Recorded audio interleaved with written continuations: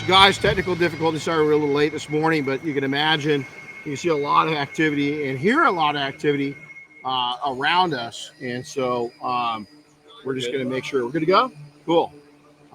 So, hey, let's say good morning to everybody. There's a lot of, say good morning, sunshine. Samantha, how's it going? Good morning. Good morning, everybody. We got a lot of people on. So, that's Wayno. Wayno, what's up, dude? Let's go. Good morning, New Hampshire in the house. So good to see you guys. Alan, good morning. William, Laura, good morning. Happy Dicky Wednesday. Gabriel, good morning. And Sarah's there. Good morning, everybody. Good morning to you. Frank, what's up, buddy, from Pittsburgh? Mike's on. Good morning, dude. How's it going? So, hey, this has been a great week.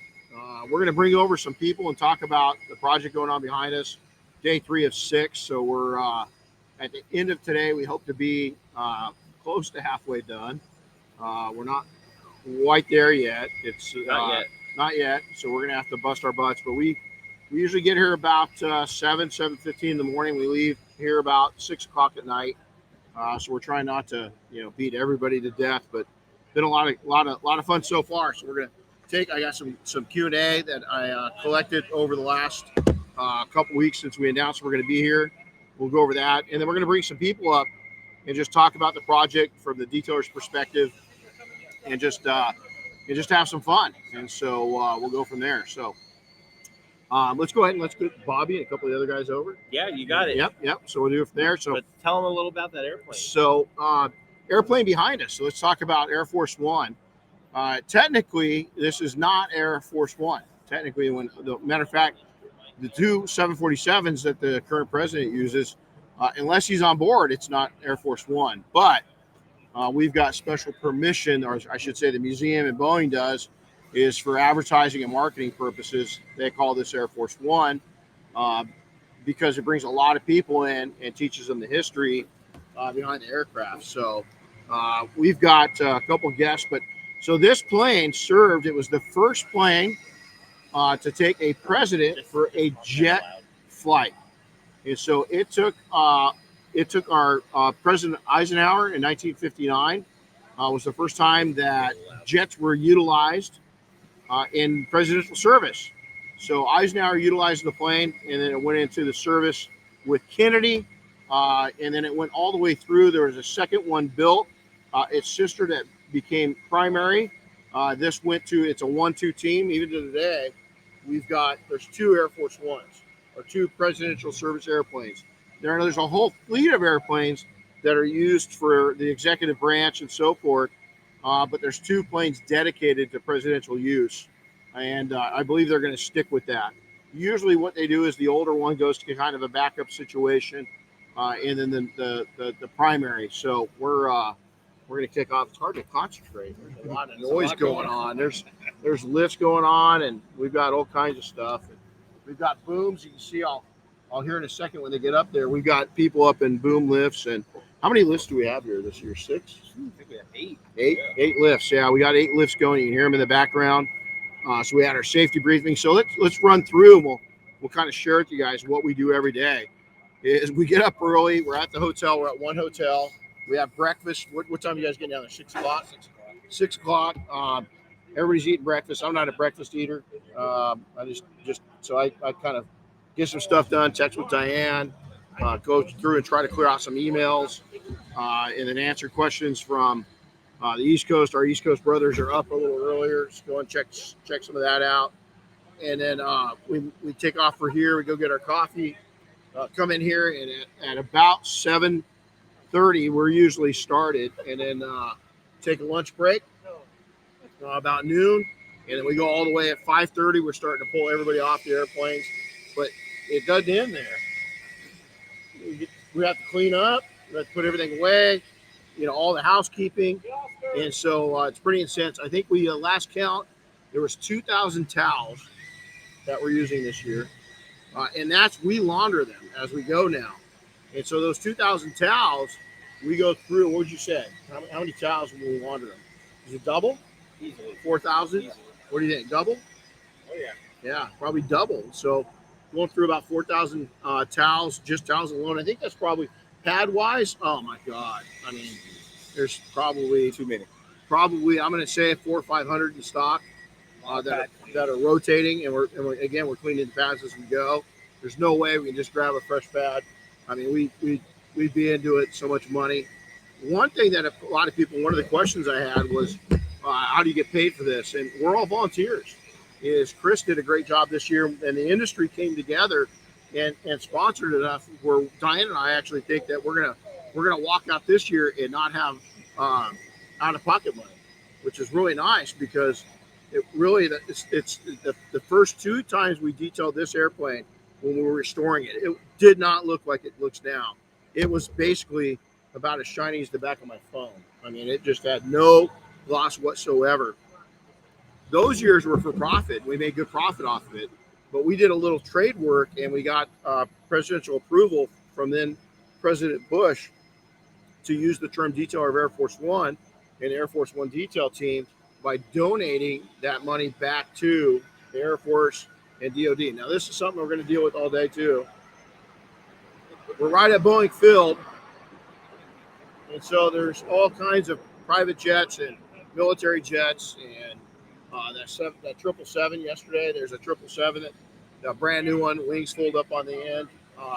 That thing was taken off. So there's a little bit about the project. We'll dive into that a little more in between on the Q&A sessions. So let's talk. Let's have you guys introduce yourselves. So you guys are gonna have to get in and Ricky Bobby it. Get real close. My name is Bobby Weiner. Gotta talk real loud. I'm from Long Branch, New Jersey. Finer Details. I've been on the project. This is my 8th time on this project, and every time it is an honor to be selected, and it just means so much to me personally and to my business. It's done wonders for my business. It's still getting attention almost weekly. I get people asking about it and saying, "Hey, I heard about you detailing Air Force One," and it's just an incredible experience. So all these years, and it's funny because I've got on my business card, I've got the me on top of the wing from years ago, and every time, I hand my business card out, people are like, "You're kidding me," and I'm like, "Yeah." And it never seems to age. I do, but it doesn't. And it's right. I mean, it's kind of funny, but we always hear it. Now, the other thing is, Bobby, you've heard this too, is we get the trolls out there and they go, "Oh my God, you guys have done that before." Well, yeah. And people have come after this project, they can't get it, and the reason why is, listen, to get this project that first time, going through the Department of Defense and the Air Force that owns this museum doesn't own this, Boeing doesn't own this. It's owned by the Air Force and DOD, and we had to get permission to touch this thing, and man, it was problematic. Even like three years ago, it was still tough to get. I mean, we had to go last year and this year. It was like, oh yeah, they're doing it. Okay, we would almost get an instant response back. That is no problem. So we take it as a compliment because it's a returning client, and I'll be direct. There's not too many people out there that can pull this off. Is that our group pulls this off, and it's not to say that we're that great. We just had that. We have the advantage that we've been doing it, these big projects for so long. We know, and the insurance. This thing's, Priceless. I mean, the value. Christie's. I don't know who evaluated it in the last. Somebody did. They didn't do it the year before that. They did it last year, and our insurance found it, and they said it's 300 plus million. That's how it came out. It was 300 plus million. So, Chris, introduce yourself. All right, so I'm Chris Williams from Aiken, South Carolina, owner of East Coast Custom Detailing. It's my second year on the project. Now this year I'm actually on the finishing team. Been working on Air Force One all week. Great honor. This, like Bobby has said, this is life changing for us as business owners. Not just for business, but just the project itself. It's amazing. It is. It's So, and you've got a lot of. We're proud Americans. We've had a lot of international people on this project too. Curacao, Canada has come in. We've had people from many countries that took great pride in not just American pride, but this is an epic plane all over the world, especially this one. I mean, it did some amazing things. I mean, right in the heart of the Cold War and Vietnam War, this thing was going all over the globe, trying to establish peace. And that was a really, I mean, think of this: those that studied history are old enough to remember it. I don't remember it, but I learned about it. The Cuban Missile Crisis, all part of it. I mean, this thing was active all during that time frame. And you think of the people. I mean, the day that Kennedy was assassinated, it's on the tarmac, and down in Texas. So all the history of this. So Bobby, you mentioned I'm going to go back and forth. So tell us a little bit about your company and where you're at, kind of what you specialize in. Yeah, so I'm in Long Branch, New Jersey. I started back in 2011, right after I trained with you out in Big Bear. We do a lot of daily drivers, but we also do a lot of ceramic coatings. I have a few clients that have some collections. I have a custom car builder who I do. I brought Renny to the shop this year, as a matter of fact, and the guy specializes in restoring Tuckers, 1948 Tuckers. He has family history with the Tucker family, and it's just a really cool ride that I never thought that I would get the opportunity to do anything like the projects that I've gotten and the business that I've gotten, and it all stemmed from training with Renny and from going on projects like this. It really is amazing. So let's talk about Tuckers for a second. It's when we met. You've known since day one, man. My bucket list, one of the few vehicles I haven't touched is a Tucker. And if you guys don't know what a Tucker automobile is, go check it out. It's pretty special. How many are left now? 47, I believe. 47 out of there's 54. 51. 51 made. So amazing vehicle, way beyond their time. I mean, had he not been screwed with, I mean, cars today would be different just because of Tucker, and his dream. But I got the call and I couldn't make it when you detailed your first one. I was really bummed. I don't know, I had something going on. I just couldn't make it. But pretty awesome. Yeah, he's in the process of restoring another one, and you're going to get the invite again. I got to see that and got to touch it, and it's like, wow, I mean, just how cool. So, and again, you've been on a lot of these not just this project, but other projects we do. Monterey has been pretty awesome. So that's cool. So, Chris, why don't you tell us a little something about your company? All right, so like I said, I'm out of Aiken, South Carolina. We do some custom truck builds, hot rods, boats. Hot rods are a lot of the things we get. Some of our high-end clients, we got a large collection, 37 slant backs all the way, 39 Thrift Masters, 67 T-Bird long tops, a couple of Aston Martins. So we specialize mostly in ceramic coatings, paint corrections, but we do it all. We consider ourselves high-end detailers in that area. That's cool. Not your typical, corner car wash type guys. So we do focus on them. So, somebody just asked and it went up. Why are you wearing a backpack? That's my Camelback. You get thirsty real quick. Yeah, man. I stay hydrated, especially up here in Seattle. Coming from South Carolina, it's hot. So drink, hydrate. I mean, it goes the same up here. And it makes it so much easier to have it on you. It is. Than reaching I'm down not running back to a cooler. It's right there. I got all my supplies on me. No need to be off the job. I can stay right there, keep working, focus on what I need to get done, and go to work. So let's go through. I mean, you guys saw this project before you were on the project, okay? So what do you think? And these types of projects, because there's other people that have done cool stuff in the industry. Yeah. What are these projects done for the industry? What's it do for detailing? Because a lot of people see it, they think it's our egos, and it's definitely part of that. We're all driven individuals. We love doing this, but listen, the pay sucks. We could all be making a lot more money just staying home and doing this. But it's more than that. And it's more than even patriotism. It's a connection with these. I mean, you're seeing Air Force One behind us, but what you don't see is the B-29. What you don't see is a DC-2, which there's hardly, I don't know how many DC-2s are left. This isn't a DC-3. This is a DC-2. You see the United Airlines, that's the last one of its kind. There is no more of that. I mean, there's none. Serial number 1, 727, 737, 747 is sitting right in front of us. We can see the tail sections of all of them. Serial number 6, 787 is right there. I mean, the list goes on. But what do these projects do for the industry? It draws attention to it, I think, number one, because obviously this is a huge, enormous project, and there's a lot of people that would love to get the opportunity to do it. And it just kind of brings attention to the detailing industry, to what we do, and it gives us the opportunity to strike up a conversation and talk to people about it. And I believe it just kind of it lifts the industry up. Absolutely. I think it brings awareness to our clientele. Like there's more to detailing than just getting out here, vacuuming out of the car and wiping stuff down. There's a professional level to this, and you got to be on your P's and Q's and know your stuff to get out here and work on some of this stuff. No, yeah, it's ever changing. Panel to panel is changing. So, and the paint systems on cars.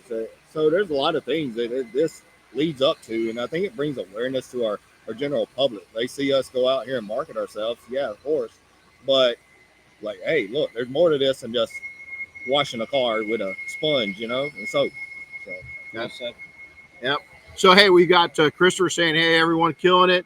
Hans, what's up, buddy? Good to see you, man. Christopher, good morning, everybody. Victor says super smart on the on that.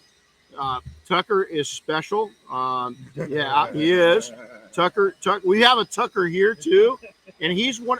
I can honestly say this: our Tucker is one of a kind. There's not 40. There's not 40 something met. It's one of a kind. He's very unique, and that's his dad saying that. So, Brent, how's it going? Jamie the cleaner, what's up, dude? It's good seeing you, man. I just got to meet him. What a cool dude. He was really, really cool. Let's see here. Let's go through. I just want to get some of these love. You love. Renny, I got two more guys for you. Okay, cool. Love Tucker. Hold on real quick. We're going to go through this. I just want to see if there's anything else for you guys. Mike's Auto Detailing. What's up, dude? How you doing? Good morning. Puerto Rico in the house. Let's go back through. I saw something else. Hey, Michael, man, with your able. Hey, he's just so proud of you guys. What an epic endeavor. Logistics challenge. Yeah, a little bit of that. Amazing work, you guys. Thank you, Michael. And again, there's your able in-house. One of the greatest softwares in our industry. Really changing our industry, helping to change it. We're so fortunate because we've got a lot of these people that are involved. These companies, one of you guys, they fed us, they sponsor us. They make us able to do this. I mean, this is a really expensive project to pull off. Now, okay, we're going to go back just a little bit, and I'll get into this with Doug.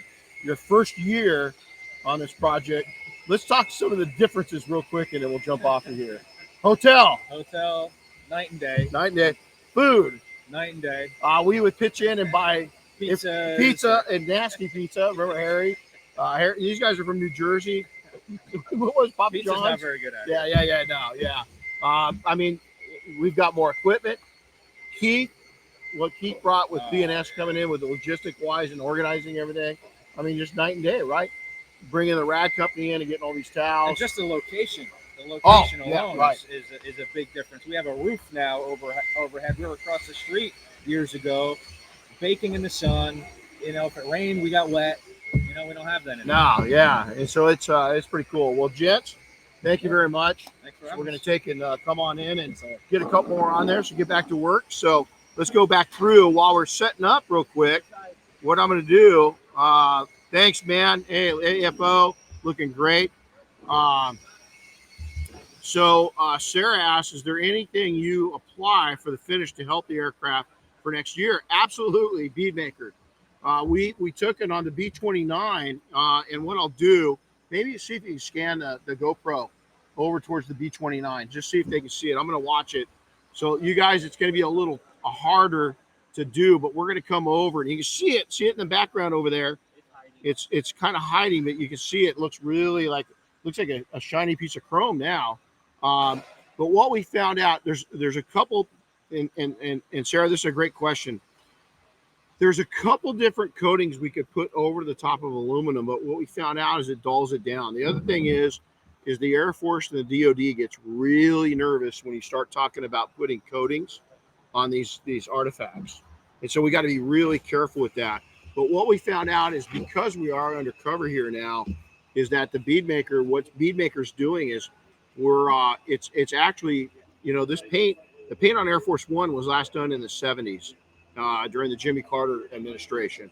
They had plans on repainting it. Matter of fact, all that polished aluminum behind me, they were going to completely cover it with paint. They didn't believe that we could restore it. And 19 years ago, we proved that we could restore it. And so in recent times, through the years, if you go back, we had McGuire's D156 on this airplane. We've had Sonex. What's the Sonex in the can? You guys remember that? Hold on. Yeah, the Net Shield. Thank you. Net Shield, yeah. Chris with Flex just came up with an answer. So, we've had some great products on it through the years. We went over and we've had some great polishes. Now what we try to do is, because this paint in the metal, it's a cladded aluminum, which means that there's a protective layer over the top, and it's like a plating over the top. We're really protective. We don't try to get this metal absolutely perfect. The reason why is, Sarah, this kind of falls in line with it, is that if you try to get it perfect, we're going to wear down that cladding and it will never look the same. So we have to take in at this point, it's about preservation. We got to get all that top layer of gunk off of the aluminum. It's constantly breathing and it's constantly changing. And then we lay down a real thin layer of bead maker over the top. That's made it a lot easier to gently come back and remove it. Now, next year on the 20th anniversary, we're going to go ahead and take and polish the paint back out on this one. It's starting to get a little chalky. We've got another year in it. But again, we're trying to preserve it. They did some touch up to it this year. And the good news is we don't have to repaint it. They don't want to repaint history. And so that's a great question. So bead maker's on it. Pretty simple. And bead maker's Boeing approved now. Chris threw that in. So we've got that. Let's go real quickly. Whoops. Yeah, unique is a good word for Tucker. You guys will meet Tucker today. Yeah, man, we got you stoop awful. Yeah, man, that Hans brought food when we were in the UK. Thanks, Tom saying AFO looks great. Sean says great job. Rick, hey dudes, greetings from Europe. Welcome, buddy. Thanks, Rick. Let's go back over to Mark. Hey, Mark, what's up? Gallons. How many gallons of bead maker? We're putting them on a lot of planes. We got about 17 planes that we're going to bead maker. I'm going to guess we're going to be at 20 plus gallons, somewhere right there. Real close to it. About 20 gallons. Cool. So I've got. How many is in the crew? We're keeping the crew down. We used to give big teams. Last year was 19. COVID kind of changed things. This year it's 30, and we're going to stick with that. We're going to stick with 30. So now we've got a couple guys that are on each side of me that are returning members. So we're going to have them introduce themselves, and we'll talk about how the project's changed in your guys' time. So, Yasir Wakar. There you go. Good to see you, buddy. Likewise. Yep. Where are you out of? Atlanta, Georgia. Red Cool. Clay Detailing is my business. There you go. And I do. How many years on the project? I've been on the project. This is my fourth time. Fourth So time. I've skipped with COVID. We skipped that year, the first Right. year. And then I skipped a year in between, but I've been on the project 4 years now. That's pretty cool. Okay. Introduce yourself. Paul Frasco What's up, buddy? from Massachusetts. Now I'm in Connecticut. Yep. And this is my fourth year on the project. My first year was actually with Yasir too. That's, Yeah. I didn't realize that. Yeah. Wow, you guys were rookies together. Yeah. Rookie together. And this guy's newly married. Congratulations. Thank you. Yep. It's that's pretty cool. And he had a great wedding too. It was pretty Yeah. cool to watch Yeah, it it was online great. and see how you guys did it. And Yeah. how did you sucker her into that? I don't know. Yeah. So I just got lucky. so going back. So tell us, and we'll go this way now. Tell us about your business. What do you do? You specialize in big, small. So we specialize in just high quality service in my detail business. I never wanted to get into just one thing. Like some people do coatings, some people just do detailing. I like to be well rounded, do a little of everything. And we made the service for the customers the priority, and we actually won a few awards from customer service in our area and That's in cool. the detailing industry too.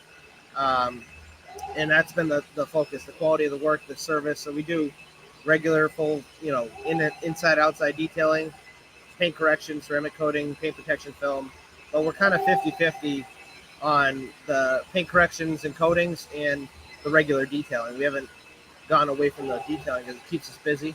Absolutely. So- Absolutely. Especially the economy's getting a little challenged right now. You know, Yep. gas prices are eating into Oh yeah. profits. I mean, it's everything. Inflation's out of control. Okay, so let's hear about your business.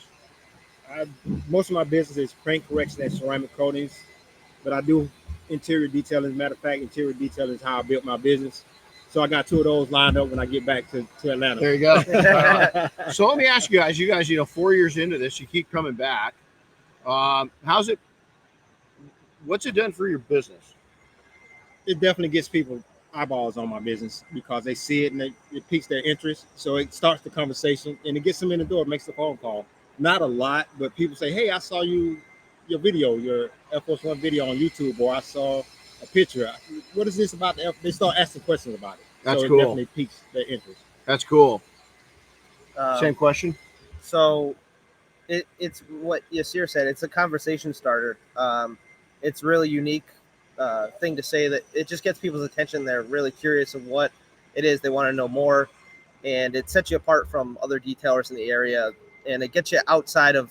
It gets me outside of Enfield, Connecticut. I'm not just detailing in my business there. Yeah. I'm doing other things, and you learn a lot from working on things other than just cars all the time. Right. Yeah. Well, here's, we're going to have some of the rookies in, and they kind of learned a lesson over on the V29. So our first day, we've got 10 rookies with us, and we put most of them up on the V29, right? And they're going, and they're like, man, you guys, this aluminum stuff is not as hard as you just said it was. And we're saying, wait for it, wait for it, wait for it. And then we brought them back in yesterday when the sun was hitting perfect on it, and they're like, uh-oh. And so, yeah, they're learning real quick that aluminum. Yeah. How much? Oh, that's a good question. And as a matter of fact, it was just up there. What's the difficulty level on the aluminum on either of these planes compared to normal paint that most technicians are dealing with? Night and day in terms of how to deal with the aluminum. People call me about aluminum polishing. I don't do it. No, it's too much. Yeah, I don't do it. Easier ways.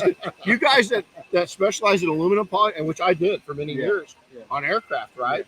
Yeah. And I look back at those times and I'm like, what was I thinking? You know, I mean, I loved it, right? Yeah. But there's easier ways to make money, I mean, it's like, wow, it is so much work. It's just unbelievable. Yeah. And so again, from your perspective, what's this done for your skill set? So we talked about the business side of it. What's it done for your skill set?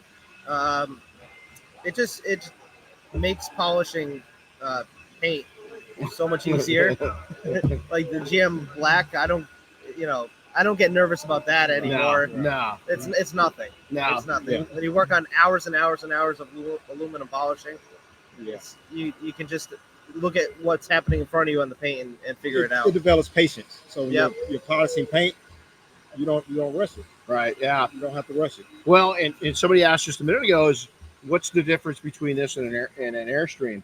Most of the Airstreams aren't cladded. A lot of it's just and matter of fact, that's cladded too. But the bare aluminum, it's a little easier, to do than cladding. Now, some of it's got nylon over the top of it or something like that. But a lot of times you strip that off. But this compared to paint, there is no comparison. Now, this paint here is single stage. When we first got this paint was so chalky, you couldn't see anything. And it's getting a little.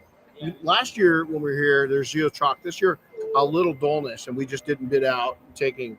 And we don't want to take and remove too much of that paint because we want it to last. And so we're real protective over taking it. So the paint's not too bad to polish. It's the aluminum. Yeah. What have you signed the rookies this year? We got a couple of our stud female detailers on. Yeah. It's a good crew, right? Yeah. But did you guys see their face when we, when they stood out and looked at the V29? So, and also they said somebody said, hey, what is this size wise compared to an Airstream? The V29, I don't know. It's probably about 14 Airstream trailers built into one. Not including not including because it's 360 degrees. It's Yeah. all the whole tube Yeah, is polished. Yeah. Then you got the wings, and then you got. Well, I mean, look at the Engines, nacelles. yeah. Look at the engines. Yeah. The engines alone. There's 4 of them. That's an that's Airstream trailer right one there. right there. Yeah. I mean, so the engines, each engine and the inside engine's probably the biggest Airstream trailer just off of that one. It's So bigger than my Volkswagen. it's bigger than Volkswagen. So how cool! And then some of the people we meet, right? Yeah. I mean, it's were you guys here when we met Dick, the Yep. B-17? Yeah, I met him last year. Is that For cool? the first time. I got a picture with him. Yeah. He signed one of my And shirts. so Yeah. tell everybody who that is. Dick Nelms, he's a captain. He flew on the was it B-17. Mm-hmm. So he was in his early 20s, I guess, back then. Yeah. And he flew during World War II. And how many runs in? 35. 30, yeah, 30 something Over Germany. over Germany. Yeah. Yeah. Didn't he say that? Didn't he say he got shot at too? Oh, a lot. in that aircraft? Oh yeah. Yeah. Yeah, he Yeah. lost crew. That's crazy. He had crew killed. 99 and a half. 99 and a half this year, and he's going to be here on Saturday. He asked about us. He loves seeing us, especially my wife. The guy's just spitting game all over the place. You know, some things don't change with guys as they age, you know. And, well, hey, guys, thanks a lot. Thank you. And so we're going to go through and let's grab a couple more people. Yeah, I got Doug and Tucker coming Okay, up. cool. So we're going to go through. Hey, Damon, howdy from Idaho. What part of Idaho, bud? Nick, man. Hey, Nick Vacchio's on, guys. Oh yeah. Yeah, Nick's on. So Nick said to say hi. Nick said hi, guys. So you guys got to come back and say hi to Nick. What's up, buddy? Papa Smurf, check out the gloss on that baby in the background, right? Thanks, buddy. And then Romero, good morning, dude. Good to see you, man. What's up? Hey, Renny. Okay, here's the other. This is the weird Tucker. We were talking about Tucker, the uniqueness of a Tucker automobile, and then we've got the unusual Tucker. So introduce yourself. Hey, what's up, guys? Tucker from Greenland, New Hampshire. Me and my dad, Brent, run Revive Auto Detailing out of there. Yeah, and so Damon, Sun Valley. So Damon, I hate to say this, and have we met before? And you know my history back in Sun Valley. You got to answer that. So Tucker is awesome, and it's you guys run a family-based business. Yes, sir. You know, and how many staff do you guys have? So you, your dad. I think we're up to 9 right now. Last I Jeez. counted. Wow. Okay. Right. Not what you and I wanted at this age, right? Right. We're not doing that. So introduce more. yourself. Hi, my name is Doug Parfit. I'm from Pittsburgh, Pennsylvania, and I own I for Detail Auto Detailing. So this dude is the man. How many years have you managed the project? Oh, wow. 4 or 5. 4 or in that 5. range, yeah. And how many times have you been here? This is number 10.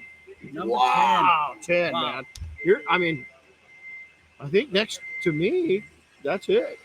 You and Bobby, 10. maybe? That's special, yeah. Bobby's right up there. You and Bobby. Yeah. So Doug, actually, a lot of people don't realize this, is that I get to have fun on this project, and he has to work. You know, I used to manage it and be all stressed, and that's why I don't have hair anymore. And so let's talk about your first project. Let's talk about where the planes were, the condition of the planes, the hotel, the Yeah. food. Great memories. You know, we didn't follow OSHA protocol back then. No. We had to get a little wild on how we reach things, right?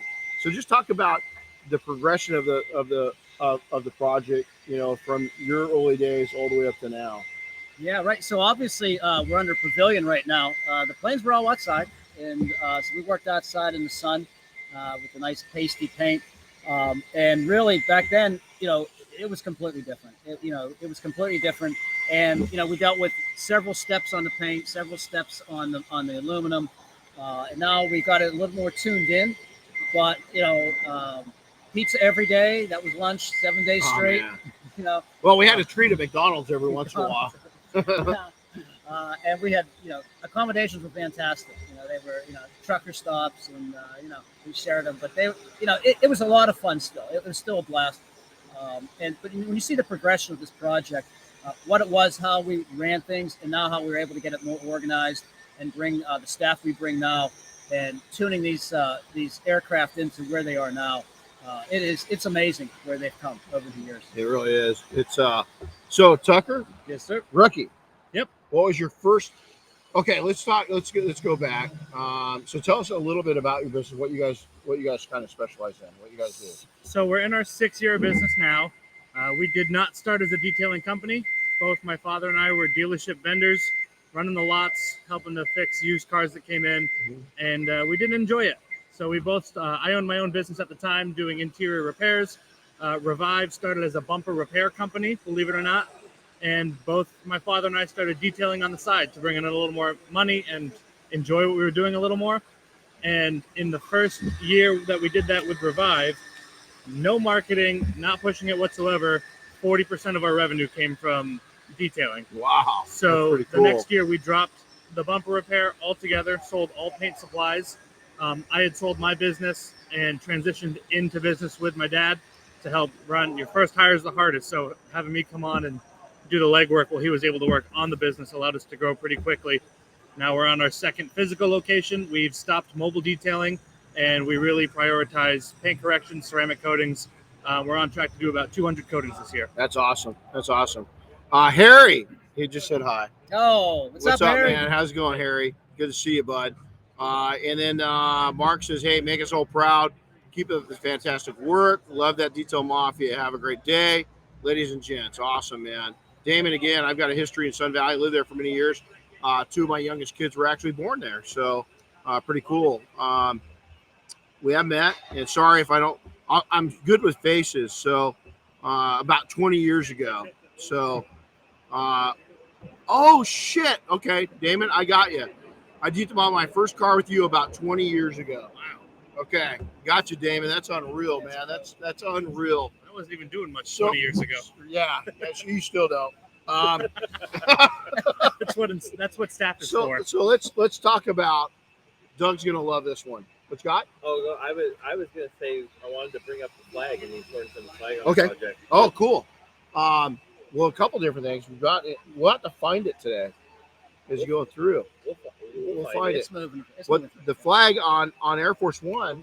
Are they on it right now? No. They had a lift up there just a minute ago. Where's the lift at? Oh yeah, They got moved you it around on to the lift. other engine. But the flag on Air Force One is when you see it from here, it doesn't look that big. When you get up next to it, it's huge. It's huge. But we have all the people that served or are serving in the military do the flag, or people that are EMS police officers, or they want to do a part of the flag in memory of a family member that served. So pretty cool. So now let's and we'll find the flag. And, yeah. What about the flag we pass around? We'll find it. So then the big flag, right? We do that. Then we carry every day with us. We pass it around. Have you touched it yet? Have you gotten it? You've gotten it? Have you gotten it I've yet? not gotten it yet. I haven't either. I haven't gotten it yet. So we have a flag that we bring, and each one of us carries the flag throughout the project at least once or twice. And then as we do that, we take in, we hand it off to it. A lot of times it's handed off to people that mean something to us. We get the little message. And then at the end of the project, we dedicate the flag to somebody and they go home with it. So it's pretty cool. Renny, Oh, I got the flag. Thanks, dude. Thank you. hey, I just want to thank you for everything that you've done for me and my business. And it just means the world to me to Thank be you. here and to be selected, so many times. That's awesome. Thank you. That's pretty cool. That's pretty cool.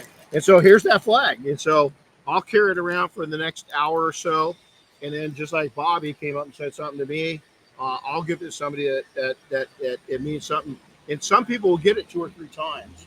And then we present this flag at the end. Last year, Marion, the gal that helps us get here to work on the B-29, her husband was a B-29 engineer. And so last year, the team, she was here to have lunch with us, and we lined everybody up, and we started the flag at one side, and it came all the way down the line. Each person touched it. So we had it like this. Each person passed it along. And then she didn't know. She thought she was going to help us present the flag to whoever we're dedicating it to in the project. And we actually presented it to her. And Great moment. she's a tough woman, beautiful woman, beautiful soul. And she got pretty emotional off did, that. absolutely. It was pretty cool. Yep. So this means a lot to us. And so let's talk about the B-29 aluminum and the rookie teams. When they started out day one, you probably thought, oh, this isn't going to be too hard. Oh yeah, walk in the park. Walk in the park. What happened on day 2? It was a long walk in the park. Yeah, yeah, a little harder, Yeah, right? the park turned into a bit of a jungle. Uh-huh. Got a little thick in there. Right. And so you want to? Hey, your dad's been on here too. He's pretty proud of you. Hey, Dad. Yeah, he's been. Mom was watching. As soon as you guys got it fired up, I got a text that I see you in the background. Oh, that's cool. Yeah, your dad did too. And we started talking about Tucker automobiles, and he said something about, the other Tucker, and I said, yeah, that Tucker's very unique. That's a one of a kind Tucker. Mm-hmm. The other one's got 40 something Tuckers. Yeah. There's only one of you, And so, what is it when you tell people that you've worked on this airplane? What's people's responses? First of all, I think a lot of people, they're just, they're appreciative of it, but they're just amazed you have that opportunity. They're just amazed that, that I'm able to come up and work on planes like this. And I don't think they understand that even exists. I mean, really, they just they realize wow, that actually exists. And then the questions start coming. Then they have all kinds of questions about, what it is and what you're doing and where it's at and why it's there and what Air Force One it was. And this one's a very, very special plane. So that's what makes it a great story. You meet a lot of people that just want to talk to you about it. And it's a great, I have clients all the time that bring it up. For the last 10 years, a week does not go by, and I mean this, if somebody doesn't bring it up to me and wants to talk about it. So a question that just come out a minute, a while ago is, when do you guys detail the real Air Force Ones? This is a real Air Force One. This was presidential service. If you're talking about the current 747s, I've done both of them that are flying now. I've worked as a consultant on both of them, on the interior and then on some of the bright work. It's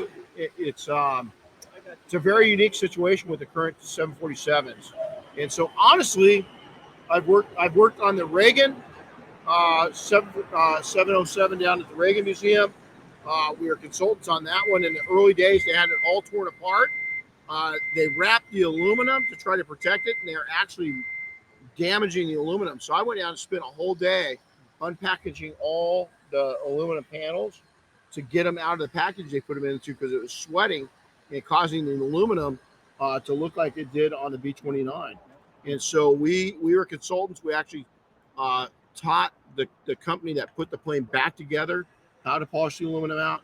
We've been asked to go down and service it before. It's in a really awkward position, and they just don't want to pay, and it's going to take a lot of specialty work because it's in a position. So we've worked on the 7.4s.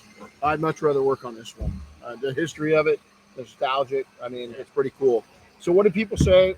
You got your invite. You started telling people you're coming. What did they say? A lot of my friends had no idea this was even here.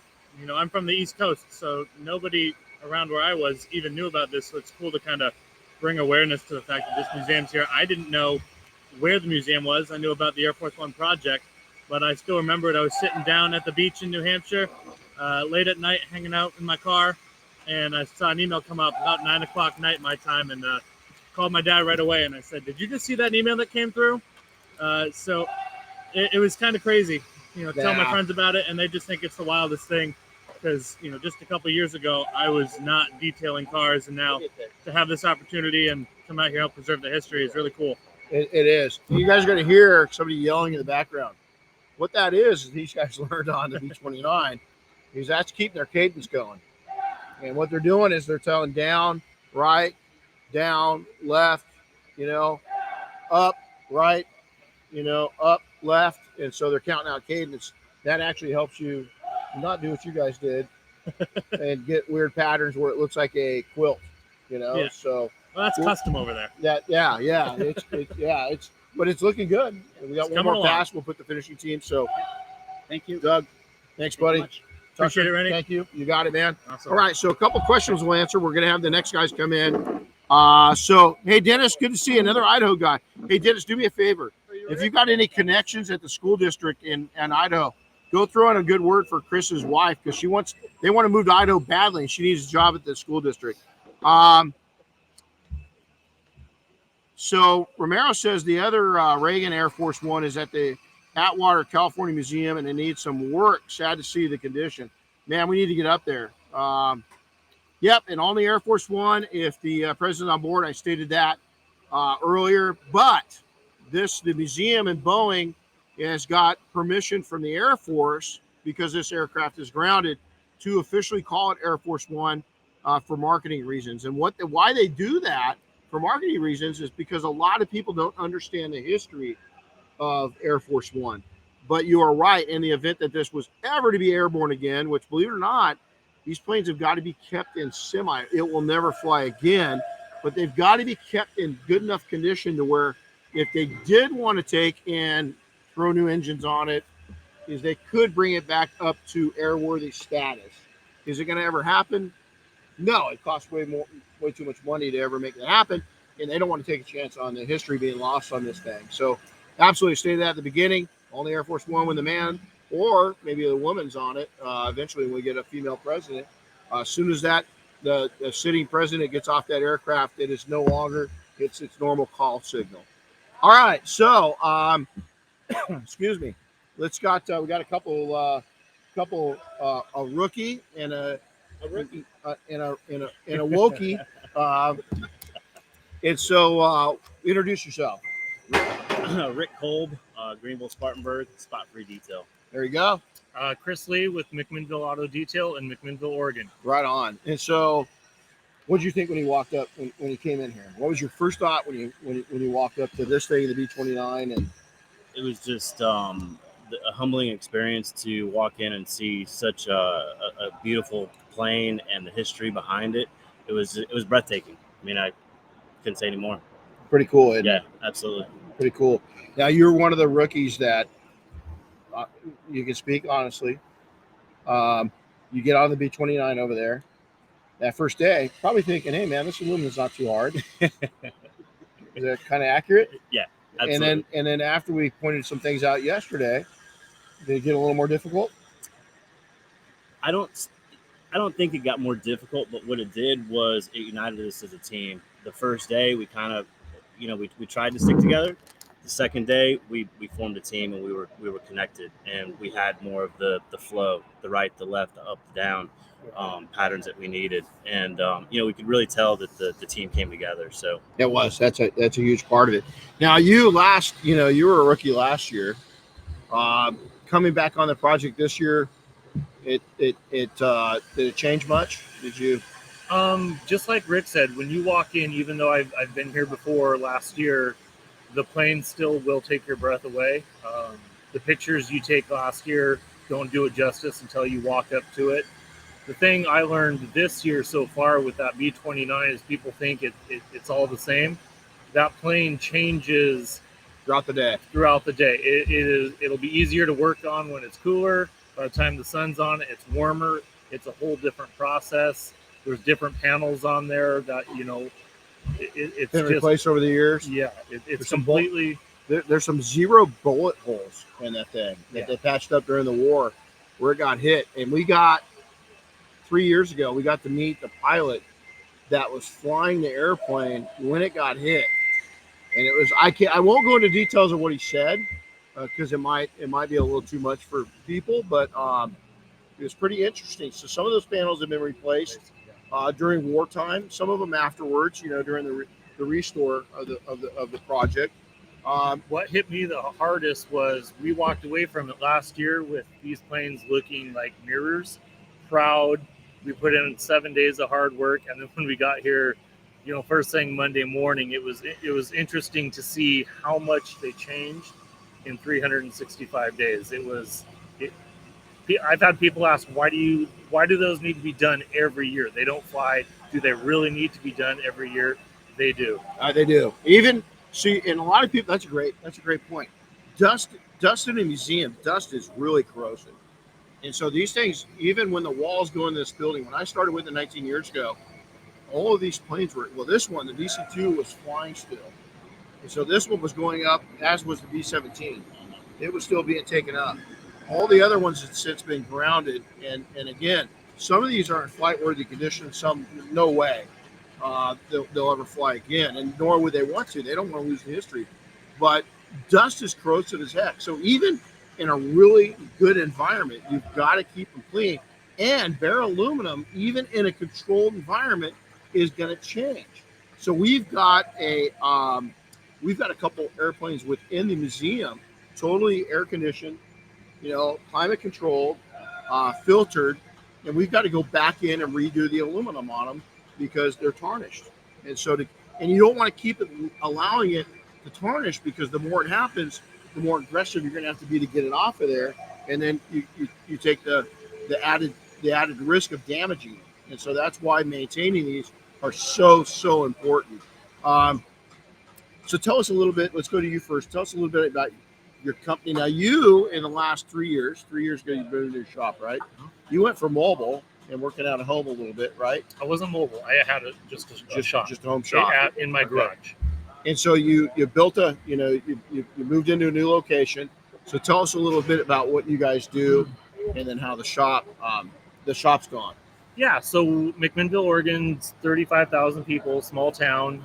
I've been detailing in one way, shape, or form, automotive only, since 1998. And then I just did it out of my garage, one car a day, and then finally had the opportunity to make a leap into a shop. And I probably wouldn't have done it without talking with Renny and Mafia going to the members classes and and the Mafia members, and making sure that was a smart move. But we have a 2,000 square foot shop. It's a brand new building. Beautiful shop.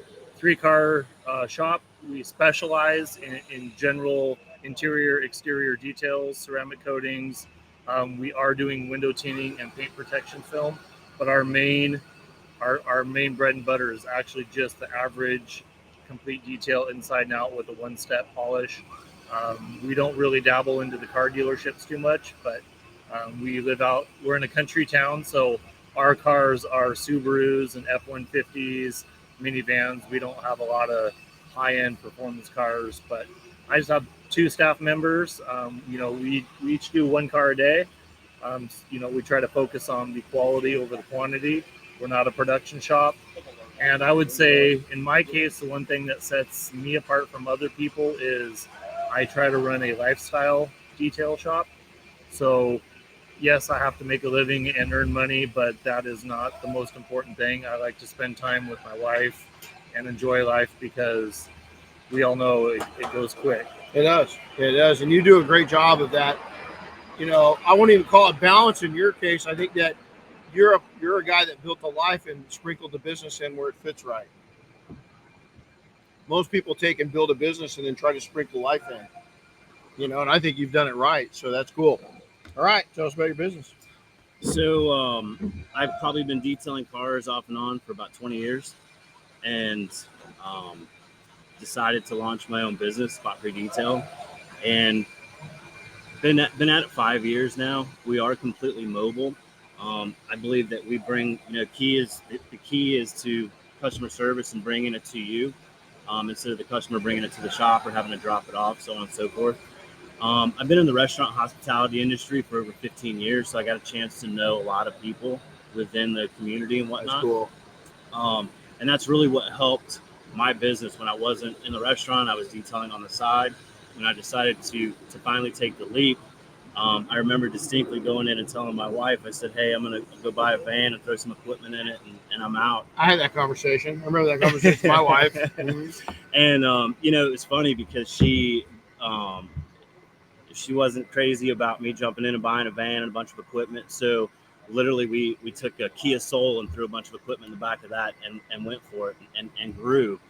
When we started, we jumped on kind of anything smoking, just get our name out there, our brand out there. Just like a lot of us. And we got to a point where, because of my restaurant background, I was able to connect with some high-end country clubs. That's cool. That's cool. So what we do is we go in with the high-end country clubs. We sit down with the general manager, whoever's running the show, and we work it out with them to where they e-blast the community. They e-blast the community and let them know what day we're going to be there. We have a minimum cars that we can do, and we have a maximum amount of cars that we can do. I want to give a special shout out to Chandler Mathis right now. He's my employee who's currently working, running my van right now, cool. running the company, running the van, and he's killing it out there. That's cool. So we probably got, our territory is really large. When you're mobile, you tend to think you want to kind of keep it small. But I'll go ahead and say that the demographic kind of where I'm at doesn't really fit where I want to be. So I travel for it. One of our country clubs we go to is 2 hours one way. Oh God. But Man, the that's a high, long but way. the high side of things is we're maxed out There you every go. time we go. Yeah, Every that's good. Friday we go, we're full, which is a blessing. So we do kick back a little bit to the country club as a commission, to help promote us, Cool. and it's worked out. It's worked out really well. So what was any shockers? I mean, last year was just your rookie year, and it's unreal because I'm looking. We got the Oregon crew coming in here right now. Was there anything that just when you came off this project last year, was there anything that you just went, wow, holy smokes, I didn't expect that? For me, it was working with metal. Even 25 years later, I didn't even polish the diamond plate toolbox on the truck. I just stayed away from it. And then within the first hour or so, as a rookie, you're touching something that's priceless, irreplaceable, with so much history. Working with metal, that was really nerve-wracking, and it still is this year because again, like I talked about, that metal changes. But I walked away from it feeling like I learned a entire new occupation because it is nothing like paint. We and just so you guys know, we start them out. The B29 is one of maybe 6 in the entire world left. So the rookies start out on their metal polishing over there. We've got a lot on the 727 we have to do starting next year. And then we slowly progress up to, you can see some people behind us. We're doing the leading edges of Air Force One. We've always wanted to bring, they're a machine finish, but they were not a polish, but it was semi-polished back when it was delivered. We're finally getting to deliver it to that level. And so we're bringing some rookies over that showed promise on the B29. So nobody starts on Air Force One because the aluminum's so sensitive. We got to be so careful with it. So, well, cool. Well, gents, we'll put you back to work. So Absolutely. Thanks, Thank you, guys. And we're going to have you guys come on in. I'm going to answer a couple questions real quick while you guys are setting up. Also, Thanks, guys. Shout out to my wife and my son. There you go. I love it. Okay, so good morning, Gary. We'll see you on Friday. We can't wait. Gary, man, if you haven't seen he's got some cool equipment. We'll be doing something with him while he's here. Gabriel, thank you. Even across the pond, it's nice to see how much passion you'll have for this. Absolutely. And then cool. It's love seeing that they made a museum out of the Air Force One. Should stay pristine for a long time. Boy, we hope so. It's a work in progress every single year. We get it a tad better, but more so we keep laying protection down. In the Museum of Flight, if you guys haven't been here, let me throw a shout out to them. This is a premier world class, probably one of the definitely top 5 in the world for exhibits. The staff here and everything else, because we're on Boeing Field, we're on Boeing Field right now. This is Boeing Field, but we're looking at all these test aircraft taking off, amazing aircraft. Being here, gives them an advantage. It is so worth coming to this museum and checking it out. These aircraft are just, the B-29. We keep talking about that. We keep talking about Air Force One, but serial number 1, 727, 737, and 747 are all here. The very first ones. And we've worked on all those. We're going to touch them this week. We got to be the one B-17F model in existence. There is no more. The very first fighter plane to ever have a gun attached to it, permanently attached to it in the world, is inside the museum. I got to touch that. They don't let its preservation, right? That was the first airplane in the world to have a gun mounted to it. The first fighter plane to ever be built. And it was built in like 1917. I mean, it's pretty cool. Okay. Got a couple new guys, more of our team from Oregon. And so we'll start right here. Introduce yourself and your company. Adam Garvin from McMinnville, Oregon, with Garvin Auto Spa. There you go. Rick Walling from Salem, Oregon, from the Ultimate Auto Detail. So Rick and I are the exact same age, days apart. How long you been at it? Almost 35 years. Dang, just a few. How old are you? 36. Eek. Yeah. Yeah. Set us up on that one, Rick. There you go. Yeah. So baby. Boy, where do we go from here, Rick? I- You know, we're I mean, as Steve Harvey always says, old's the goal. There you We're go. getting closer and And- closer to that goal, And buddy. I'm hitting my marks. You're hitting your marks. So okay. So rookie. Yep. Okay, you're back for Second year. Yep. What when you first off, we're kind of setting the rookies up. How do you did you think we were kind of full of shit when we told you that the aluminum was a little hard? That first day looked like it went pretty easy, didn't it? Yeah, I think when we were told we were going to get this done in a day, and then we walked in the second day and saw it in the sunlight, and after all the off-gassing, that was definitely some humble pie that everybody ate. It's a little difficult, more difficult than what a lot of people. And don't feel bad because everybody goes through that. And I'll tell you, we've mentioned it several times, is that this week we got really nice weather. In the past, we've had days like this, and then the next day it rains, and the humidity completely changes the interaction of the metal. And then you come back 2 hours later after it's done raining, and you're doing another section, and that completely changes it. And so you've got different pieces that change and everything else. When you walked in, like every morning you walked in, day 3 today, kind of what's going through your mind? Besides, make sure you take your Advil. Advil's your friend. And Yeah, comfy shoes. yesterday, doing the top half of the B29 on both sides was very rewarding.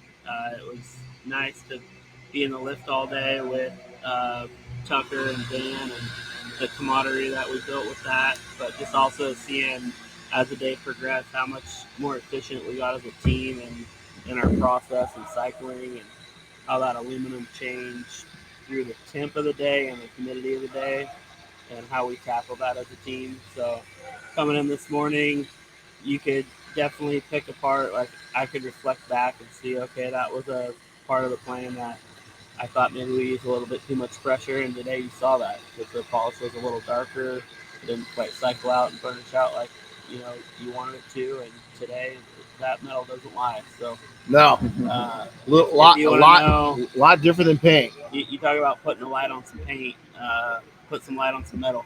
Yeah. Well, and some people say, hey, why aren't you guys doing this? Why aren't you guys doing that? You got to remember, this isn't a wheel, and this isn't a diamond plate toolbox. This is a huge expansion of metal that a lot of it was replaced during World War II because of damage it was. So the panels are all different. Not all different, but there's different panels in here. That creates a challenge. You've got a thick aircraft grade aluminum on the side, and then around the back turret where the machine gun is, it's a little thinner, and so that you have to adjust to that. It's a lot of adjusting. So rookie year last year, you come in, we hadn't done it. They're in a little worse shape last year, because we missed a year because of COVID. So you come in, what's the difference from your rookie first day to your second year first day? Just feeling like I got a little bit under my belt. Gotcha. I knew a little bit what to expect. We're so nervous. And you learn looking at the rookies that when they're coming in, it's like I'm looking at them like that was me last year, Right. which was pretty odd last year after doing this for 35 years and come into something like this, and then you're a rookie. Yeah. I haven't been a rookie at anything in a long time. Right. So it was a little bit of an awakening. I've polished aluminum before, but nowhere near this extent, and it was a whole learning experience. So coming back this year, I see why they put the rookies on the B-29, because by the time you're done with that, you're ready for the Air Force One. And so it's actually been very exciting and rewarding just working on this plane the whole time, and it's almost a whole different experience coming back the second year. And you're able to help people out a little bit more other than asking all the time. You can give back a little bit more. And so far it's been really, really fun and rewarding, and I've really enjoyed working on this plane. It's cool. Hey, Robin Sweet just said hi to Rick Walling and Adam Garvin. Hi, Robin. And Robin's standing right here. My buddy Hans over in Europe, he said he'd love to be the water boy, and he'll bring Stoofwaffles with him from Europe if we let him be the water boy. That would be a deal because I like that stuff. Matthew says, hello, Adam. Hello. And so, is that cool or what? Can you tell Shane I said hi? Matthew, yeah, we will. So, I don't know where he is, but we'll tell him hi. And so, let's, where are we going to go? I had a question I was going to ask. Patio talks. Yeah. Okay. We had our first patio talk on Monday night. What's that like? And what is it? So, it kind of explain what you did a lot. We all partook, a lot of us, right? Yeah. And after a long day here, everybody's you're pretty run down at the end of the day, and so it's nice to go have a meal, and after that, everybody gathers on the back patio of the hotel, and you just sit around, maybe have an adult beverage or tea, and that is one of the most interesting parts about this is hearing about other people's stories from across the United States and learn how they run their business and what they do with their business and the problems they run into, talking from Jeremy here, who's from Maui, his issues detailing and running our business are completely different than the issues we might have in Oregon, or talking to Tucker, who was just here, being from Connecticut, I think, or wherever he's from, way over on the other side of the United States. They all have different issues. And I find it very interesting to find and look into the problems that they run into, just from the day-to-day runnings and stuff. And it's a really good bonding time. I've made some just unbelievable friends. That's cool. During those times. And, it's just a nice way to finish off the evening and to, finish off the week too. It just gets better as you go along and get to know, and everybody becomes more comfortable with each other. That's cool. That's a big part of it. All walks of life. Yes. It's cool. We've had people from all over the world partake in this, and it's just, it's unbelievable, It's and I miss some of our friends, and I'll call them out later in the week.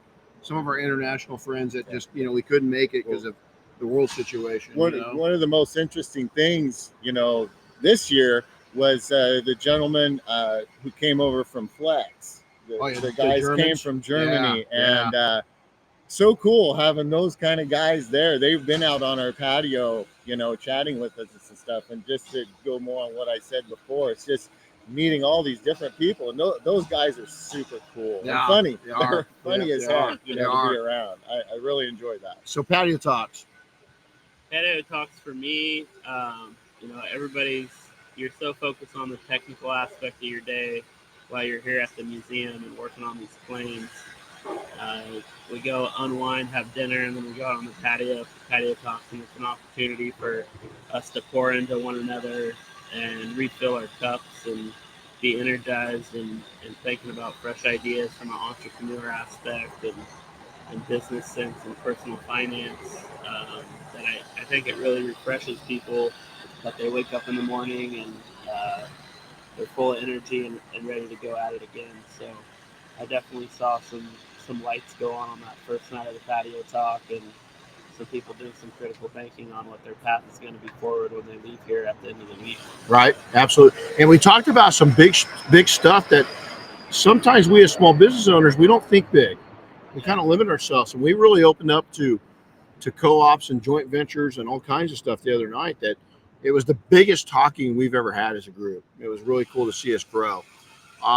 We've got Matthew says, glad to see some Oregonians at AFO. And then Luis says, Adam Garvin is the Fabio of detailing. And so that's about right. Nicholas adds this. Renny, how is the project now going from 60 to 65 down to 30 people? Any challenges or benefits? What a great experience. 12 people shoulder to shoulder, all moving at the same pace. That team bonding was so important. Nick, man, you nailed it. Here's, naturally 60, 65. The good side of having a big team is you get to meet more people. You get to touch every single plane in here, at least at a minimal level of just cleaning them and making sure we got some preservation product on them. The downside to that is that not everybody was here for the right reasons when you get that big of a team. The benefit to the smaller team is that we get to bond. You get to know people a lot more. And the people that are here get a lot bigger, wider paintbrush of experience. So they're going to work on a lot wider range of things. So I don't think we'll ever, next year's the 20th anniversary, God willing. We're back. I honestly doubt I think what we're going to do different next year. We actually put the invite out, but what we'll do is still have a 30-person team, but we're going to invite team members that have been here several times back for like a team day and put them on the aircraft with us and have them experience that. So, all right, gents. Well, hey, man, it's good talking with you. Renny. We got to put you back to work. Right. Rookie, get back to work. So, All right. and we're going to go through. So real quick, while we're resetting, you guys come in. Thanks, guys, again. Corey, what's the challenges after so many years of preserving the same planes? Example, less cutting, different products used. Corey, great question. The challenge really, it's less challenging. The challenge is to never go too much. Is we always want to take and leave as much paint in place. I believe that is with in auto side of things, whether you're detailing an F-150 for the first time or you're detailing that same F-150 for the 6th or 10th time, is that preservation of clear coat materials is so important. And you don't want to take and remove all that material from there. So one of the things that we really work on is being as gentle as possible. That's really the most important thing. All right. Ladies first. Oh boy. Good morning. Good morning. How are you? I'm good. Good. Good to see you. Good. Introduce yourself. I'm Robin Sweet from the Detail Lab in Chatham, New York, also with Auto Geek. Okay. And why do you call it the Detail Lab? For the dog, who is my boy, Yep. and he's a black lab, so he is the Detail Lab. Yep. He's my sidekick. Is that cool or what? Yes. Isn't it? All right. Introduce yourself. Aaron Cottrell, Aaron's Auto Detailing, Aaron's Mobile Detailing, Cape May County, New Jersey. There you go. And we're going to speak really loud, guys, because we got all of these noises behind us. So we want to raise our voices up. So, rookie year. Rookie year. Team 4. Yeah, Team team four. four. And so, I was on team 4. Yeah. were you really? Best one. Best team? Absolutely. I'll tell you, my daughter, our oldest daughter, U.S. Marine, the Marine sent her to this project 3 times, paid for her, PTAB, a whole bit. She did her senior year project here. The last time she was here, she's hardcore. She is really intense. And her team actually, remember the movie Rudy? Did you ever see Rudy where they carried him off the football field? Yeah. I think her team, I can't remember what team she was, but I'm pretty sure they carried her out of the stadium, so to say. Yeah. They really loved her, and she could be a little ornery, but it's cool that we broke it in. So rookies, what's your take? What are you thinking? It's a learning curve. It's pretty good. How's that aluminum B29? It's getting there. How'd that go? Fun. How'd that go? Yeah. So that first day, you're sitting there going, man, we got this. These guys are sipping lattes. They got their coffee out. They're going, ha, ha, ha. They've never had me before. What happened the next morning? Yeah. Shocker. Had to go over it. Yeah. Boy, did we have the lights off? Yeah. And it's, the pressure. And we do that every year. It's an adjustment period, right? It's an adjustment period. And so when you got the call, when you got the invite, what'd you think? I was super honored. It was a good feeling, and I said yes. Right away. Right away. Right away. My first thought was, how am I going to make this happen? Yeah. I've got a lot going on. I've been on the road a little bit. We just saw you like 2 weeks ago. Yeah. In Northern California at BNS's headquarters. So here's how we qualify. This is important. Somebody asked us just a little while ago, is how do we take and select a team? Everybody comes from within our pool. You guys have both gone to 5-day training. Everybody comes out of our training program. Everybody's vetted that way. And then it comes down to this. We used to take and pick the all-star, the biggest, baddest, most capable detailers in the world, right? That comes with one little problem. It comes with ego. And so we look for people that are biggest and baddest detailers with a big heart. They're vastly, they're deeply invested in our group. They're helping other people within our group. They are ambassadors to the industry. They represent the industry with class and dignity. And we've gone away from the ego people. We've gone away with people with, I hate to say it, the skill sets are pretty, that's the easy part. The personality and people that are going to go do something with this opportunity is really what we're looking for. And work well together, not just Absolutely. our team of small, we have 4 on our team. It's this whole thing is a team, and bringing those parts and pieces together has to merge really well. Absolutely. And so I'm assuming you guys must really take that into consideration. We do. Personalities. We do. Can you imagine taking a list of like 200 people and going, we got to choose 30? Yeah. Oh, and by the way, minus Chris out of that, minus me out of that, now we got 28. Minus Doug out of that, that's running it, minus Bobby. Now we got 26. It's not easy. And the amount of time that we spend together, this is a lot all day. Yes. Roommates. You're roommating with somebody you haven't really even met, maybe. And you're spending an entire week, every meal, every moment. You talked about the patio talks earlier. Man, you're tired. You're tired. I'm beat. You're tired. We got another patio talk I tonight, don't think so. but it's short. We're gonna keep that one short. I still come I'm still unshowered and ready for bed, but you got to take advantage. So I went to bed last night. We got done with dinner. Was that a good dinner or what? That was we don't miss any meals. Thanks, Uber. Yeah. Uber detail, right? Yep. And so we it was pretty intense. So what? Tell me about when you go home. What do you think the reaction is going to be? It's going to be exciting. Everybody is rooting for me. They're all texting me and congratulating me, and it's an awesome experience. Well, with that, I'm gonna pay you guys tribute. You guys are rookies. You've got such how do we go about the choose? Both of you qualify for this. You guys are such warm. You're a big dude. I am a big dude. But you're a warm, loving person, and you're so appreciative. And you know why your name kept coming up? It was no doubt is because you're so appreciative and you're so warm and you care for people. The same exact thing is that you're so warm and both of you are just so, you're so excited into opportunity. And we love that, is that you're good people. And it was like, man, those are just no-brainers, no-brainers of inviting you. So for a second, our girls, are they badass or what? They're very badass. They're badass. Yes, I'm learning a lot. They're badass, and it's a boy's world, it's a man's world that we in the detail industry. But I tell the guys, the women bring such a special trait and quality set to us that they've been such an impact on taking. They don't have the testosterone going, and they don't have the roostering and all the bullshit that goes along with the egos and everything else.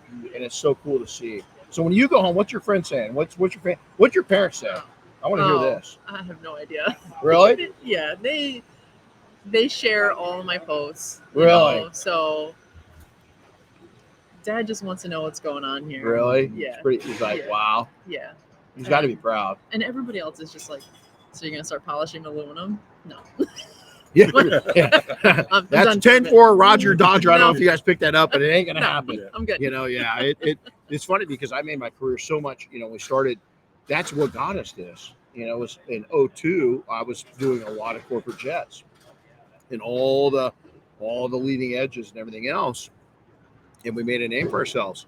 And but this is a whole different level of metal polishing from that. You're doing the leading edges, which you guys are going to be working on this plane, here shortly. Yes. It's a whole different story than doing an entire plane. We're talking about Airbus or Airstream trailers. Somebody asked us to compare how much, how hard is it compared? Well, each engine's an Airstream trailer on the B-29, each one of them. And there's 4 of them. Yeah. And that's not including the wings or the fuselage, so it's a lot of work. So, guys, hey, thanks a lot. Welcome to the team. Glad you guys can make it. So thanks, guys, and we'll see you in a bit. All right, let's answer some questions. Very inspiring. Glad to see Rob there is awesome. Romero, H.E. Prax is great to see you all working hard. Mike, thank you so much. Hans, what's the thickness of the painted planes? we've got. I'm going to give you. There's actually Air Force One. Check this out. We're going to go into mils, and so we're going to talk mils for a second versus microns, and you'll have to do it. So we started out, believe it or not, at about 6.4 on Air Force One as the average, and we haven't broke down below in almost 20 years. We're still at about 6.1, 6.2 on average. So we've done very, very little. Rick Walling says, tell Robin and Aaron. Rick Walling says, hi. He just left. He's being a smartass. So here we go. Next one real quick. We're going to get to our other one real quick. I'm going to answer another question real quick that we got. I wanted to make sure I got it. And so we got a couple more of you. Can I join the team? People ask that. There's one way we vetted, I just mentioned it a minute ago, is that we bring everybody through our 5-day program. Every single person. And Chris, we got your hands in there, just so you know. Yep. Yep. So they do. Somebody said that, wow, whoever has those hands, those are really soft, manly hands. They just said that. Guys, introduce yourself. Me first. Dan Smith, Hatley, Wisconsin. Dan's Auto Detailing. Oscar Hernandez, 805 Detail Shop, Ventura, California. Rookies. What'd you think when you got the call? I was excited. I've had gotten it before, obviously, but COVID's happened. Right. But, yeah, so then last year I did my calls, so I didn't come here. Yep. But definitely honored, man, as a veteran and working on these planes. It hits different. U.S. Marine. Yeah. That's what'd you think when you first walked? I mean, you knew you were coming up here. You knew it was there. But when you saw it. Actually, we were one of the first vehicles here as walking in. We were like the third one in here, and it was just, I said, you can't explain it. It's just, you just get a feeling inside. It's just breathtaking. You can't really explain the feeling that you go through, but you just had a moment. I had a moment where I'm just like, I'm here. And then, just being in the detailing industry for as long as I have in the short time, and then to be able to accomplish something like this, to me, that's what really hit me. It's like, the hard work, the mentoring, listening to the right people, following the right people, always is the big thing. And here I am, getting to work on this thing today just hits different for me. It does. It does. What the heck? Don't have COVID. I wouldn't care. I don't either. I just had it, so my 2 weeks ago, so you're safe. So what did I think when I walked in here? Yeah. I don't think I told you this story yet, but back in 2015, my wife and I were out here for her cousin's wedding, and this is one of the stops we made. Oh, no way, really? You guys were detailing Air Force One that day. You're kidding me. Serious. And I'm just sitting there in awe. I'm like, this is absolutely amazing. These guys are working on Air Force One. And I just sat there just staring, just admiring you guys. How do you do that? How does this happen? And now that's cool. I did not know that story. True story. That is so cool. We had 3 detailers show up. They knew they watched all the press release. In the past, we've had detailers show up. This is how the industry, credit to the industry, show up and kind of be chumps. These guys showed up and they came in and they're walking around, and I saw them watching all of you guys, right? And then they saw me, they walked over towards me, they introduced themselves, and they go, we just had to stop by and say thank you. These guys are representing the industry at the highest. They said, how you guys are doing this is beyond. They're overlooking at key setup, is that, rookies did that. Sergeant Major, Sergeant Major designing it, laying it all out. But they said, this is amazing to see. And so, you're real involved in the industry. I mean, you're on the board for the Mafia. Board for the IDA. IDA. I've got a funky call coming in. You've got so you're neck deep involved. You're involved in the chamber back home. So you're not a bystander. You jump into things. What is this kind of project? When you see these things going on in the industry, what's this doing for the industry? Honestly, and I'll go back to the first time I went with the Detail Mafia to SEMA with Chris Williams, and we're sitting in the front, and I'm looking at the board members one day, and I looked at Chris, and I was like, we need to be there, and that's what we do. And coming in here to see how organized this is, how Doug's running it, and Bobby and yourself, it's very unique. I understand it because it's very organized, military style, everything's in sync. So I like it. But as far as what it does for the industry, I really feel that, honestly, for one, the camaraderie, you can't beat it. I'm up there working next to Sydney, Jerome, Rick. Jerome cool or what? Yeah. And it's just like the camaraderie that we build is what we need in the industry. We need to be like this and come together for projects and do things, because I would have never been shoulder to shoulder next to them. I think I spent, more than 24 hours next to these guys working already combined in these last 3 days, shoulder to shoulder. Right. So I feel that this project here brings the detailers together, and we get to know each other better. Absolutely. And we understand each other better. We understand our work ethics. We learn. We're constantly networking. I've already picked up like 10 gold nuggets from just being here the last 2 days. Oh, no lie. From other detailers. So just like, what are you doing in this thing? What works over there? What works over here? And, I have people come and ask me, hey, dude, we got to change my chamber. How do I do it? And I'm like, hey, I'll just send you what we're doing at my chamber and go do it. Go present it to your chamber and take action. Just take it and run with it. So I feel that this, even though I'm not at home, I'm not working in my shop, but working side by side to these, detailers really just brings the industry together. And that's what we need. It brings the industry together. That's cool. That's cool.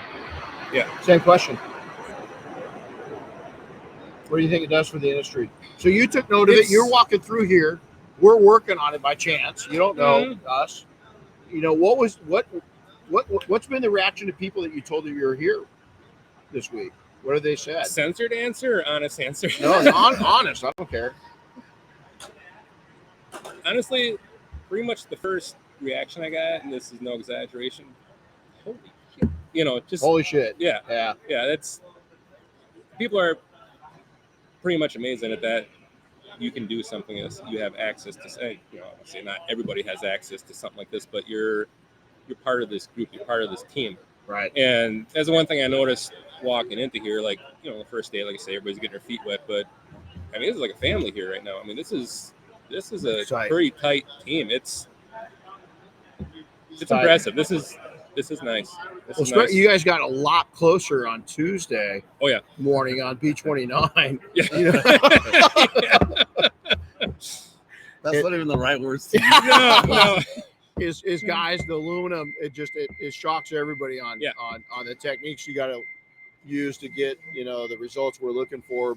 While not, everybody always asks, man, could you do better on these airplanes? Yeah, we could get them better, but we probably only touch them 2 or 3 more times, and we could never touch them again. So we're real gentle, and we get amazing results with the idea that we're going to preserve these airplanes for generations to come. Yes. And so it's pretty cool I'll tell you, to have you guys here, and again, the selection process, there's people we want to bring 100 people, but we can't, we just can't. But the other good news is that when you have this small group and they all want to be here, it's not only more meaningful for the quality of the work being done on the aircraft, it's also more meaningful for the quality of communication and friendship that's being built up between the team. Would you agree? Oh God, yeah. It's pretty special. Yes. Yeah, I think the smaller teams, just working with our team, Chris Lee's leading, he's our team leader. And he's got, like I said, Sydney, Rick, Jerome, and myself. Just the communication right there, and what we're building and the bond that we have, we're starting to know each other, read each other a little bit better and understand, but it just, again, I'll always bring it back to like you said, family and the camaraderie. Yes. It's like none other out here. That's cool. And it's like, you come out here, I can walk up, I see Yasir over there walking on. I work with him, a few times over the phone, texting, always communicating. Never met him, but then when I come here, he's just like open arms, like, hey, what's up, man? Fine to meet you. It's great to see you in person, and I feel welcome here. Even coming into this project as a rookie, it's very welcoming. It's intimidating because you're throwing us on this back here, but it's very intimidating. But it's also very rewarding at the end. And again, somebody just asked us a second ago, what's the value of these things? Well, all of them, I have no idea. Everything we're working on, it's just hundreds of millions of dollars. This one right now, our insurance company put the value at $300 million plus. That's how it was. We have to have a special underwriter for this on this plane, the whole project. But they're really not concerned with anything but that. And like I said, it was value was 17 million, and the cost for this week to insure that $300 million was $17,000. And so if people are putting on projects, you've got to be prepared for that.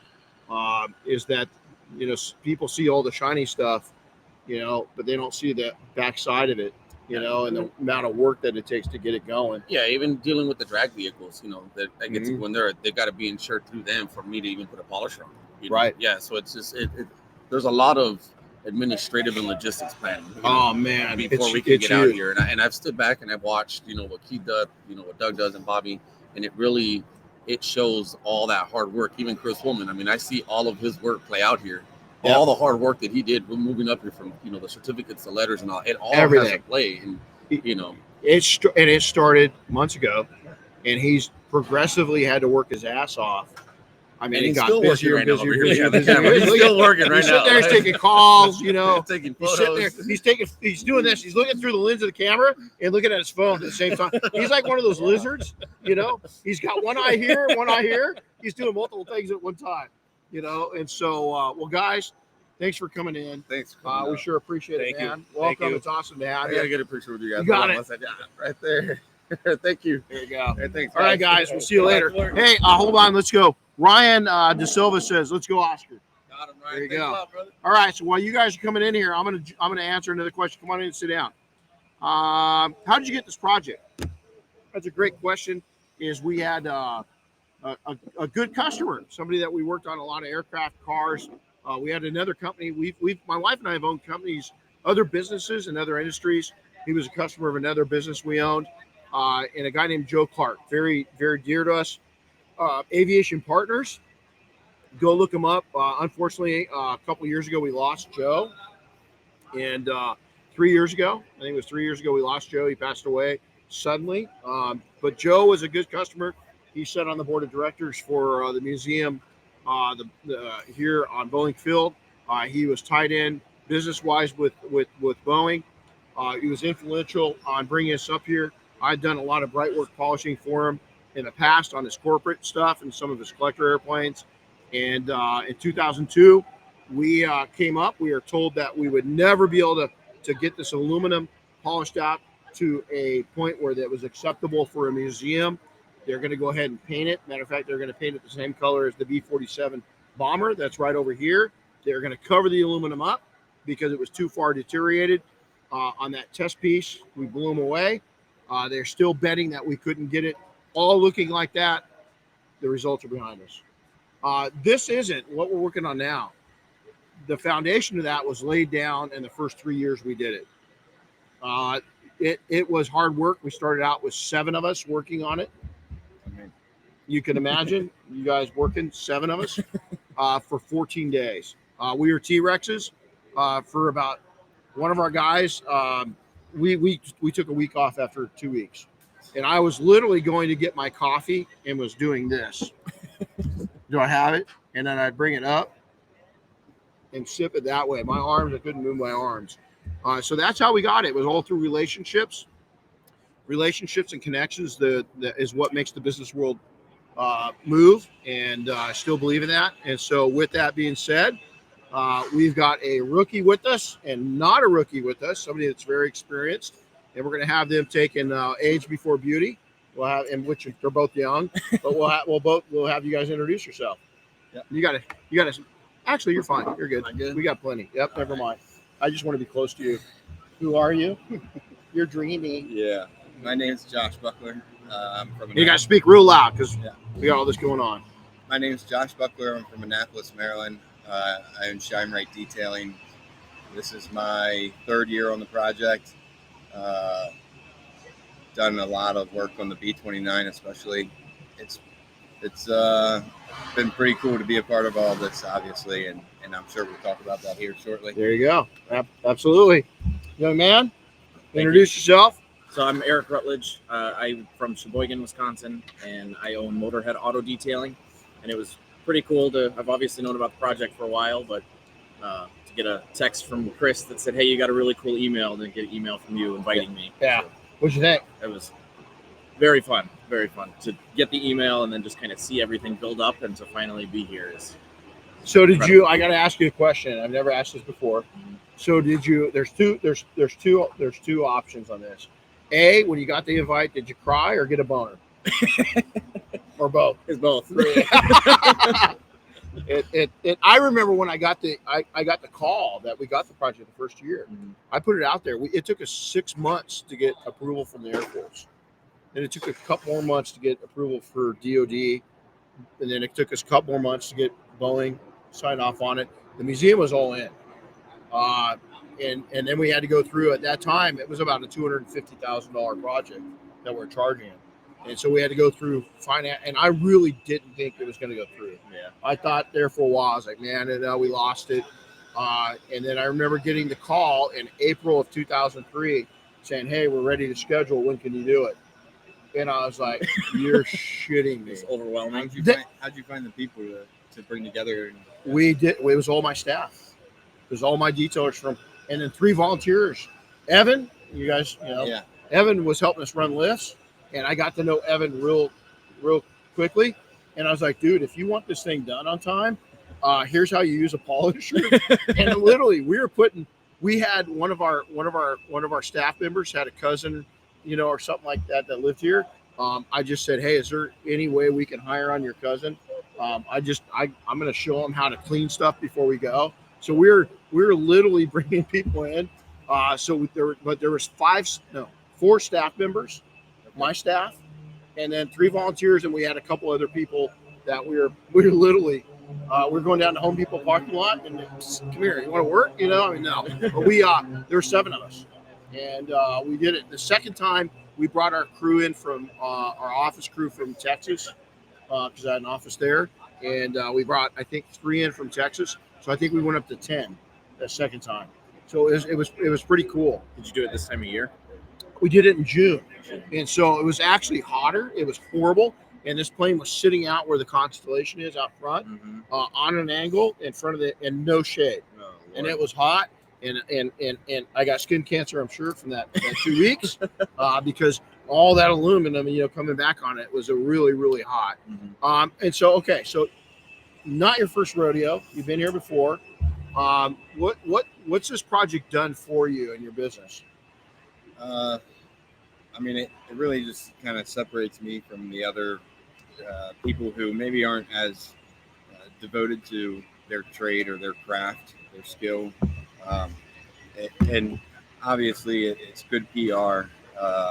And I think more importantly is what it did for me, to have pride and passion in something.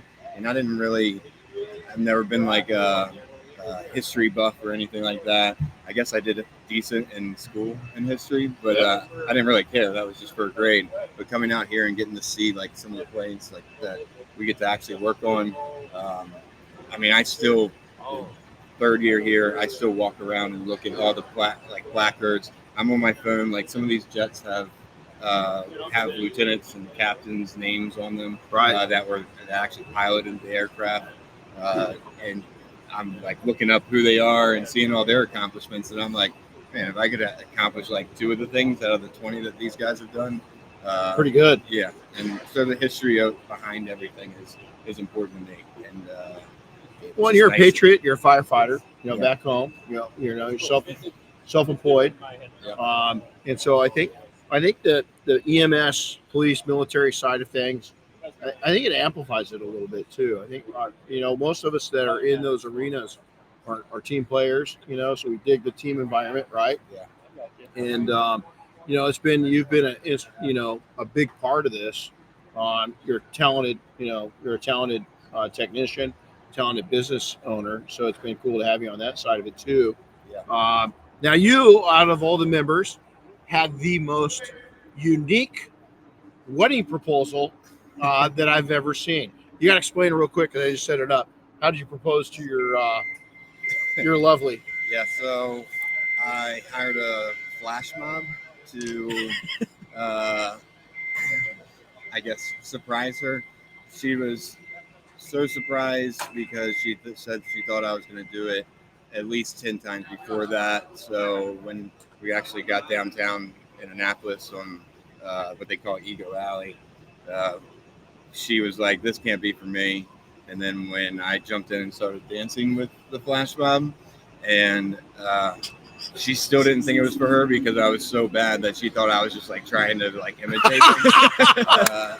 So, yeah. I had never heard that before. Yeah. I think, of course, she blacked out. Apparently, that's a thing. I didn't know that. But she was like, "What did you say to me?" And I was like, "I blacked out too." I don't remember anything after they grabbed me and pulled me into the flash mob. But yeah. So downtown Annapolis, flash mob. I hired a mariachi band for her birthday to surprise her at her weekend job, and I knew that I had to do something better than that. Well, you did it. That was you set the bar so high that I'm glad I've been married as long as I've had. You're screwed, dude. Yeah. Because if anybody sees what he did, I never even thought about something like that. Oh, it was yeah. Diane, I thought of something like that. I just didn't do it. Smart. Yeah, you made the rest of us look bad, you know. All right, so introduce yourself. I did introduce myself. No, your company and everything else. Okay. So worry about yeah, I'm Eric. Who you We are. covered this. Okay. Yeah. So never mind. Let's just continue talking, shall we? I'm gonna go back to work. Oh God, it's your company, what you do, you know, where you're out of, you know. So sorry, I wasn't really clear. No, not to be clear. Yeah. Lower listed here. Yeah, lower listed, you know, E5, right? E4. E4. Okay, that explains a lot. Never mind. I'm the fake. I'm the corporal. There you go. That's right. That's Yeah, right. Okay, corporal. Yeah. Yeah. So Stame is a specialist, but you got stripes. Yeah. Baby stripes. Fake stripes. Yeah. Just got two. Two. You Doesn't know? mean That's much. it. That's it. There you go. Yeah. Oh boy.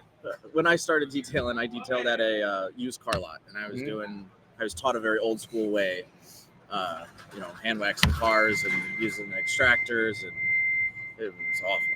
It was awful. And then I took a little break and did military things and firefighting things, kind of both what you guys are doing, and then got back into detailing, and that's when I heard about you, and I heard about the Air Force One and everything, and I was like, that guy seems kind of cool if he's doing the Air Force One plane, right?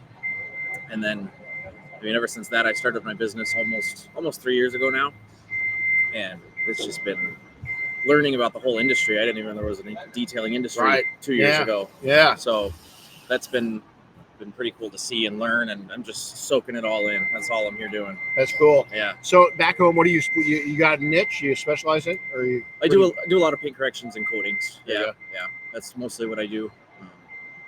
I got a shop in December, so I was mobile. 2,000 3,000 square foot shop. We had this talk while we're getting our coffee this morning, and you dropped some bombs on some guys. That's cool, you know.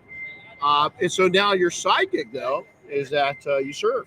Yes, in the Army Guard. Yep. As a medic. So that's cool. Yeah. How long you been in? I've been in just over 4 years now. Cool. Yeah. Have you touched this flag yet? I have not. You haven't. That's cool. It's we got our flag. Go back and watch the beginning, and we'll talk about what the flag means. You got the flag yet? Okay, cool. So your impression the first time you got here, if you could sum it up in 4 or 5 words of when you saw Air Force One and you're touching it, what'd you think? I'm finally here. Oh, that's cool. Yeah, because it was probably 8 years prior, I guess, that I was that I came across your book because there wasn't YouTube or anything like that to learn detailing yet. So, and I see this guy standing on the wing of Air Force One with his arms crossed like a badass, and I was like, I hope we get to go on the wing so I can take that badass picture, have one for myself. But yeah, it was wow. I mean, never been outside of even the 787. I mean, seeing that thing up close is just cool. Unreal. And obviously, I mean, let's talk about prestige is right behind us. I see this, so being so close to Andrews, I see the 7 the current in service aircraft for the president, vice president. But so it's always, and it's pretty notable, obviously, when it flies over, it's so low and it flies over top. But being right next to it, and then you can go in and tour this thing. I mean, that obviously is not the history. Yeah, but you were saying something I didn't know the other day about the casket marks on the side of the plane. Like that from Kennedy. Kennedy, right? Yeah. So just here we are. And, Pretty cool. Yeah. Pretty cool. What'd you think when you saw it? Did it kind of take your breath away a little bit? Yeah, it was kind of it was quiet. Everybody came in very quiet, which was very nice, and it was kind of just an overwhelming silence of just seeing everything because I've never been here, and pretty impressive. It was very impressive, yeah, and just trying to looking around and thinking about all the things that each of these have done. That's awesome. Yeah, that's awesome. All right, so we're going to answer a few more questions. Before I do, though, is that I'm going to present this flag to a young NCO coming from an old chief, and so take it. And what I want you to do is carry it around for a little bit and then present it to somebody else. The flag, we present this to somebody at the end, and each one of the team members carries it at least once. And so I've had it now for a little over an hour, keep it for about an hour, and present it to somebody. So there you go. All right, Thank you. Guys, is awesome. Appreciate it. Thanks, Thanks for all the hard work. Welcome to the team and welcome back to the team. So I'm going to answer. You guys are going to come in and have a seat, and I'm going to answer a couple questions. This is cool. Ryan Joseph Da Silva, watching Eric's growth over the last 6 months has been nothing short of amazing. Oh, that's cool. Is that cool or what? Awesome. Bob Phillips, what's up, Renny? Well, check it out. This is what's up next. City's coming up. Joab's coming up. Damon says, great content. Renny, keep it up. If you're ever back in Sun Valley, keep in touch. I'll get my info to you. Damon, we're going to be back this summer, fall at some point, and so we'd love to see you. So David Stein out of New York says, Wisconsin in the house. All right, guys. Ladies first. Ladies first. Introduce yourself. I'm Sydney Bray-Gwynn from Boise, Idaho. You want me to tell them about my business right now, or No, just introduce just myself? yourself. Okay. Yep. I'm Sydney. Rookie, one of our power. Totally a rookie. One of our power women in a rookie year at Air Force One. Joab, 5 year time that I've been out here. Right, 5 year veteran, served in the Navy. Served in the Navy. Yep. Is that cool or what, man? I love it, man. It never gets boring, does it?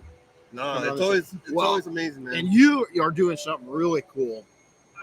So to explain what you're doing on the what Joab got to lead the charge on with Matt from Dynabraid, kind of you guys day one started figuring out what you're doing. I've been wanting to do it for 19 years, and you guys I'm a little jealous. And we're doing it, and we're getting. We got a lot done in a short period of time. Right. So explain what you're doing on the leading edge. On the leading edge, I guess it hasn't been touched ever in the 19 years, at least on the port side here. No. Last year the starboard side got done, but we hit it with the flexes and the wool pads.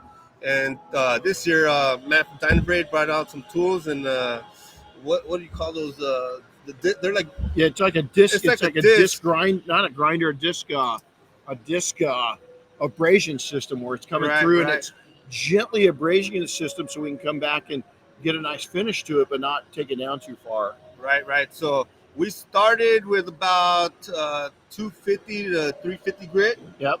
And then we finished it off with he said it's like between 400 and 600 grit, and now we're polishing it with Metal Bright from P&S. And it's a machine finish, and so it's really cool looking. But it actually came out of the factory like this, but it just never ever got done again. The Air Force didn't touch it up, and I've been wanting to do it forever, and we never had the time, Yeah. And so now you can see the actual pigtails in the metal from when it was originally sanded back in 58, 59, something Mhm. like that.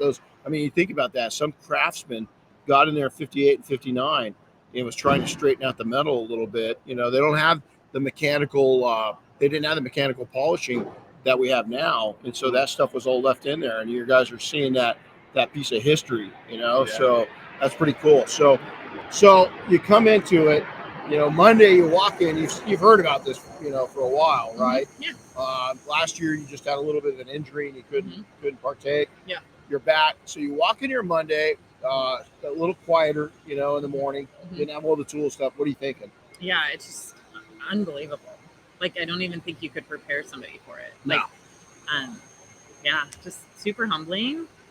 And you feel all the history like all at one time. There's so much in here, right? They're just, and that's for me. That's like the best energy. part when you walk in here and you just remember, every year you remember like just the history of this plane, the B29, the B17. It's Concorde jet. We got a Concorde jet. If you look real closely, you can see the tail sticking over the top of right where the D and the S in the United States is you'll see a tail sitting there, and that's the Concorde. So you've come back all these years. You've watched the project really evolved. Bob Phillips played a big part in this. Dave and Bob, Keith, all played a big part in kind of pushing us to the next level. Been fun to watch it change and evolve, hasn't it? I mean, the restoration every year just keeps getting better and better. Just in the 5 years that I've been here, just coming back every single year and just seeing, everything just get a little bit more tightened up, look a little bit better. And we're not removing any surface. We're doing a very, very minimal amount now. It's more about preservation as anything. A lot of people don't understand. This paint, if you let the single stage die out, it's going to be like a cancer. So we clean it up. Like this year, we didn't have to. Last year there was no chalk at all. This year's a little chalk, which means next year we're going to have to lightly take it and polish out the paint again. But the aluminum, all we're doing is just bringing more and more definition to it. The B29 slowly starting to take in and get more definition. So you are part of a finishing crew. Explain what that means. Well, the finishing crew pretty much we spend almost 100% of our time on the Air Force One, and we're just finessing all the aluminum and just bringing it back out and not restoring it, but preserving it again and bringing a nice shine. And then we also train the other guys to come up and become finishers as well. That's it. And this year we've done more of that. Credit to the rookies and the second year people. Is we're moving them, we're progressing them a lot faster than we used to. Absolutely. And it's because you guys have gotten so, the whole team's gotten good. Doug and Bobby are getting better at leadership. I'm getting better at getting out of the way and letting you guys as professionals run it. The aluminum was pretty easy on Monday. You guys were just smoking through it. Yeah, fast. it seemed easy. Yeah, it was like no big deal. Yeah. Tuesday, what happened? Yeah. You're like everybody. I do the same thing. It happens every year. Every year, you come through it, and we're all like, "Hey, man, this is easy. It's gonna." And then the next morning, everything gasses out. And you're like, "Oh my god!" Yeah. And so then the finishing crew comes in, works with you guys. You guys did a really good job of getting it to the next level quickly. So now what we're going to do for the first time, this is how good the rookies are and the second year guys, is we're going to put you guys out as a fishing crew on B29. That's never been done before. So it's testimony to how the project's come along, and we've really learned. So let's explain this. Let's go back. We'll start with you this time. So explain your company back in Idaho. So I run a boutique style detail shop out of my home garage. So I've been up there for 10 years now, just about, and kind of a 1.5 woman show. My daughter works for me during the summer, and I have Mini-me? Yeah, definitely mini-me. And I have an excellent customer base. It's a cool business. Yeah, you keep out of the dental industry. Yep. You know how I can tell that? I've been up here interviewing all these guys. You've got the most beautiful teeth out of anybody I've interviewed this morning. Right? Yeah. It's like, wow, Dan, she did come out of the dental industry. Sorry. Yes, I did. Yeah. But it's pretty, and you really, you work out of your home. It's legit. Yeah.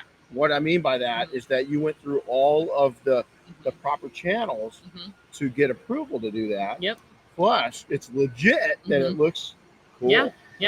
I have everything a big shop does. Yeah. It's just super organized and super small. But I have everything. Super badass. Yeah. Works out really good. Your commute is even quicker than mine. Yeah. Well, not really, because I have to make a coffee stop on the way to work. Oh, that's true. So, I don't. Yeah, so it's about 14.5 miles. Yeah. And round trip. Yeah. I don't have that. I make my coffee right there. Yeah, you know. I don't. Yeah, we know that. We know that. Okay. Is when you walk into Sydney's coffee shop, and people go in, and then you go, "I'll just take the Sydney." Yeah. They know exactly what you're talking about, and they make it right there to Sydney's exact specifications. Yep. Juan Valdez himself, I heard, delivers the beans for your coffee. I didn't know that. Yeah, they got Juan Valdez. Now you guys might be too young. Do you know who Juan Valdez is? No idea. You know Juan So back in the 70s, there was a commercial that showed Colombian guy? Yeah, Colombian guy with his own donkey. It sounds like a Oh, Colombian yeah, guy. With his own donkey, and he was loading the beans into the donkey's carrier. And so Juan Valdez actually processes your beans personally. That's funny. You know, That's funny. personally. Yeah. So explain your business back home. Me, I started in 2006, Platinum Plus Detailing. I'm based out of Costa Mesa in Southern California, and I'm just a regular auto spa. We provide, paint corrections, ceramic coatings, window tint, PPF, in-house, and then, we offer a lot of other services like paint calipers, powder coatings, and stuff like that. And I have a great reputation, and California's got a great car scene, so I stay pretty busy. You do. We get to see in Big Bear, where we live. Your family's got a place cabin up in there, and we go up there a few times a year. And it's pretty awesome to get to hang with you and see you. And catch a workout every that's once in a while. Get to work out. Now you got to come up. We got the gym right in the shop. I remember I did your Peloton. Yeah. Yeah. I did it. I think you set me up for 20ty minutes. Yeah. I wanted to die after 10. Oh yeah, no. But I'm like, I can't stop because everybody's gonna. Yeah, that's exactly it. No, that thing. Especially, man. do you remember what instructor you used? Was it? I don't remember, man. But being up in Big Bear at Oh, elevation, after 10 minutes, I was like, yeah. damn, I wanted to quit. It's no joke. So, well, hey guys, it's awesome to have you, and it's such a great the patio talks, dinner last night, Uber detailed, all the meals are just phenomenal. Hey, speaking of, can we send somebody to go get donuts? Real quick. No, because they pre-prepped them for us. We got to go get them, even if we want to take it back to the hotel. Let's go see if maybe whoever's got driving privileges. Would you mind? Sorry guys, we're gonna take a little break real quick. Just have them go grab them real quick. Would that be cool? You don't have to do What's it. the name of the place? King Donuts. Yep, King Donuts. About a 10-minute drive from here. Sorry, we got to get Chubby Donuts. Well, guys, thanks for coming in. Oh, I got to share this. Two things. We've got Sydney, as they say, that Mama Beatmaker is in the house. Okay. And so that was Hans. Hans is a cool dude. Yeah, I know. He's a cool dude. I love me some bead maker. That's it. And then Sydney, now you feel during McCall, you were shocked when you heard about the paint price. About the Bugatti. Yeah, right. Remember that? Yep. Yeah. Unbelievable. Yeah. I'm totally biased, but I can. I'm such an Amigo fan of Joab. Nobody can dance with Gordon like Joab. Sydney's just a plain rock star, ain't she? So, guys, thank you. But this guy, most photographic picture ever on Air Force One. So, veteran, we took a picture of him. I'll show him your tattoo. Look at that. Look at that. We took that picture of him saluting the flag.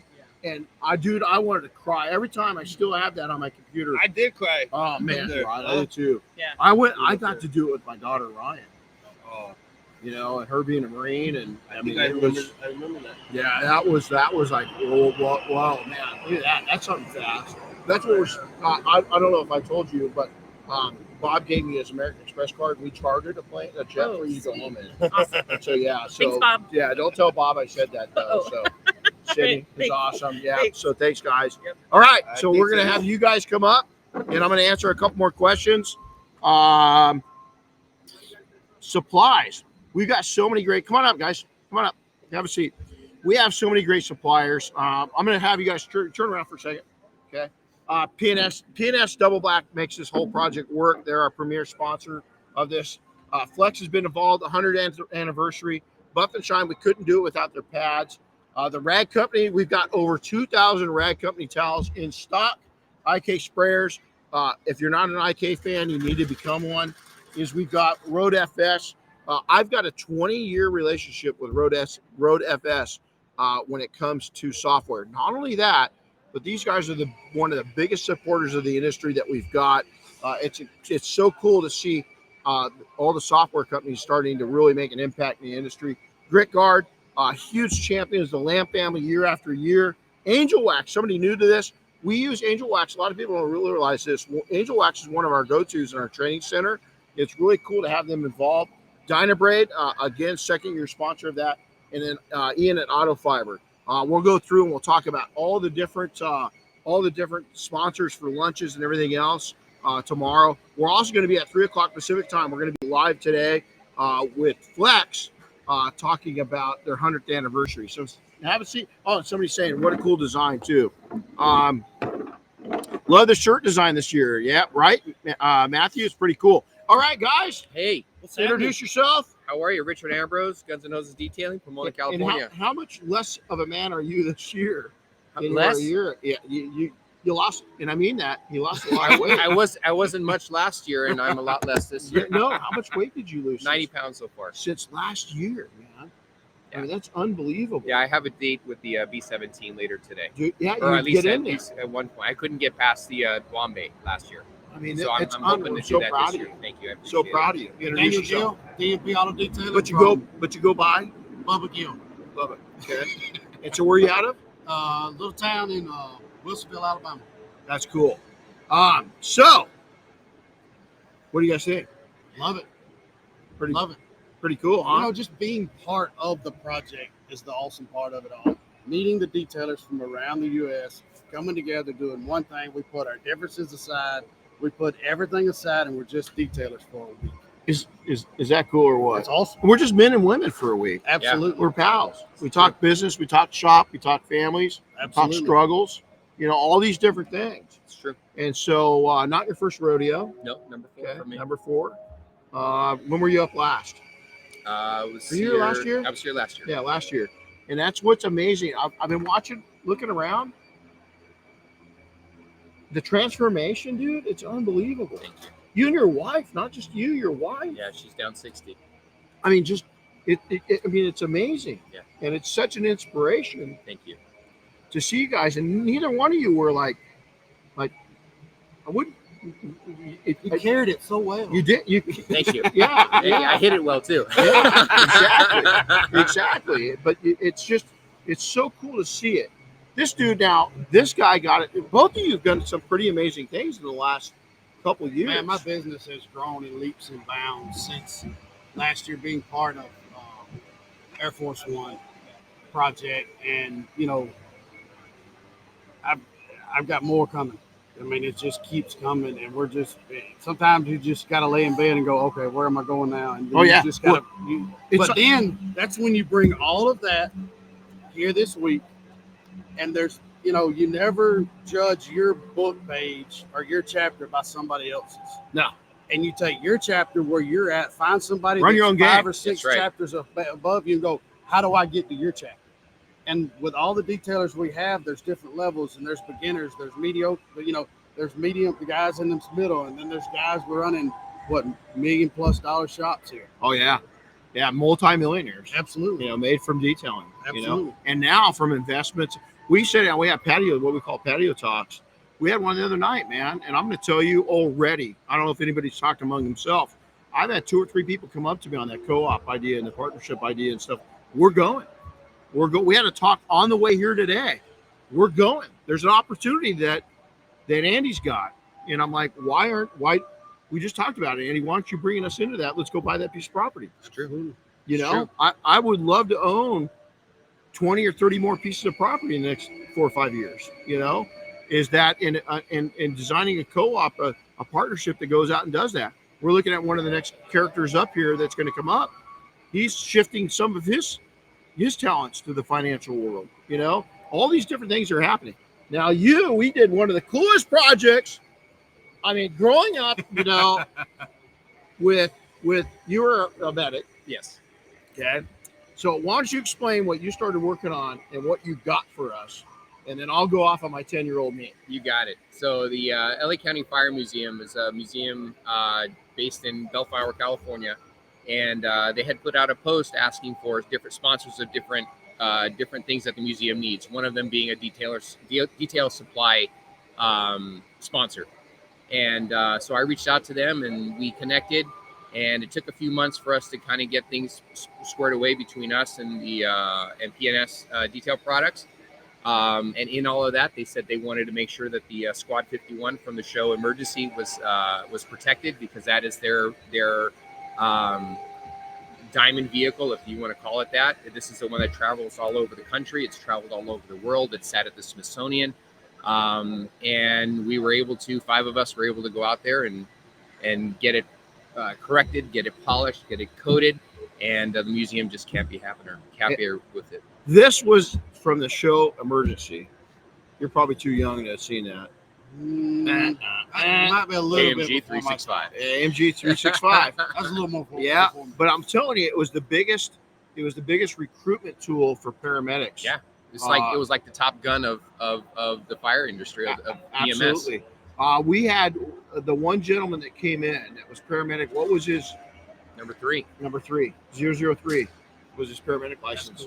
I don't know if anybody knows if he's watching what their paramedic number is. Hey, Polar, one of my guys might be watching. What's your paramedic number? He just got his. But I guarantee you, it's a little more than triple digit. Right. You know, a little more than triple digit. Yeah.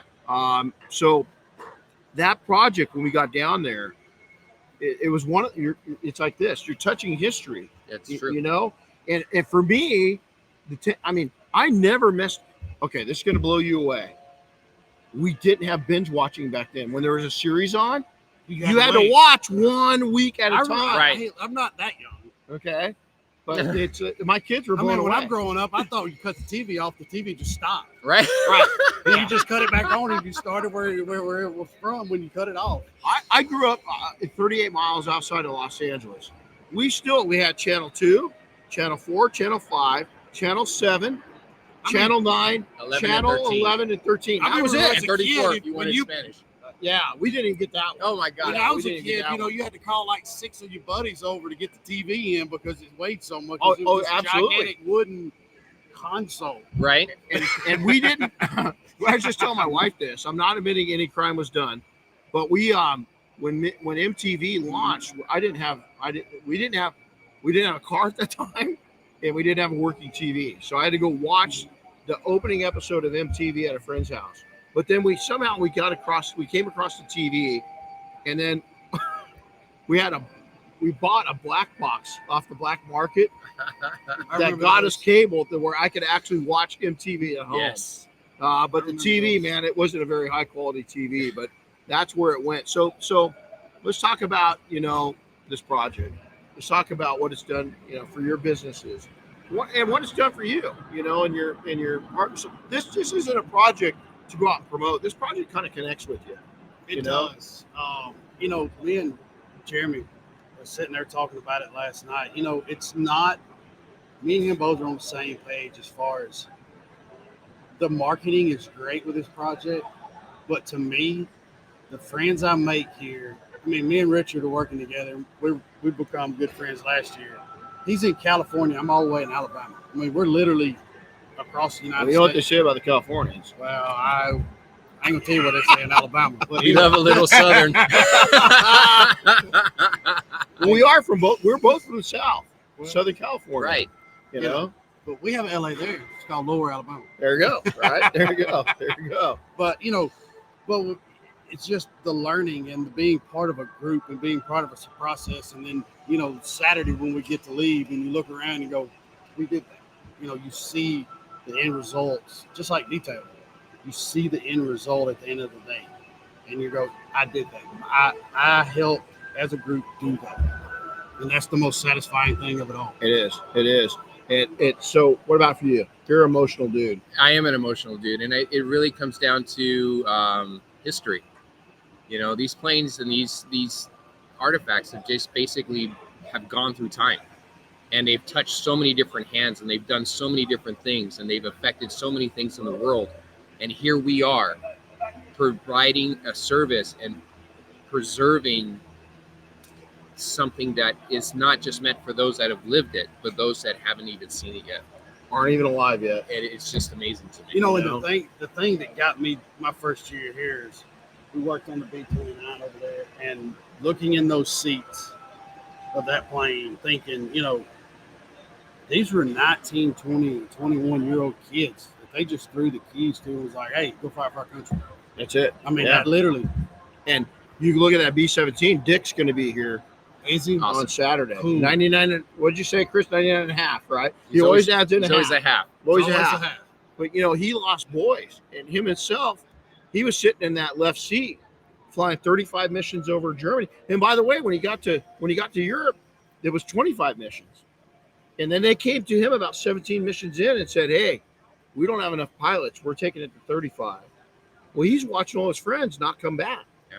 He lost crew when he's there. I think he told us he was 20 when he graduated flight school. Yeah. And by the time he flew, and when he got called and he was 21 when he flew his first mission. Yeah. I know what I was doing at 21, and it sure wasn't No, flying no no, B-29 no. bomber.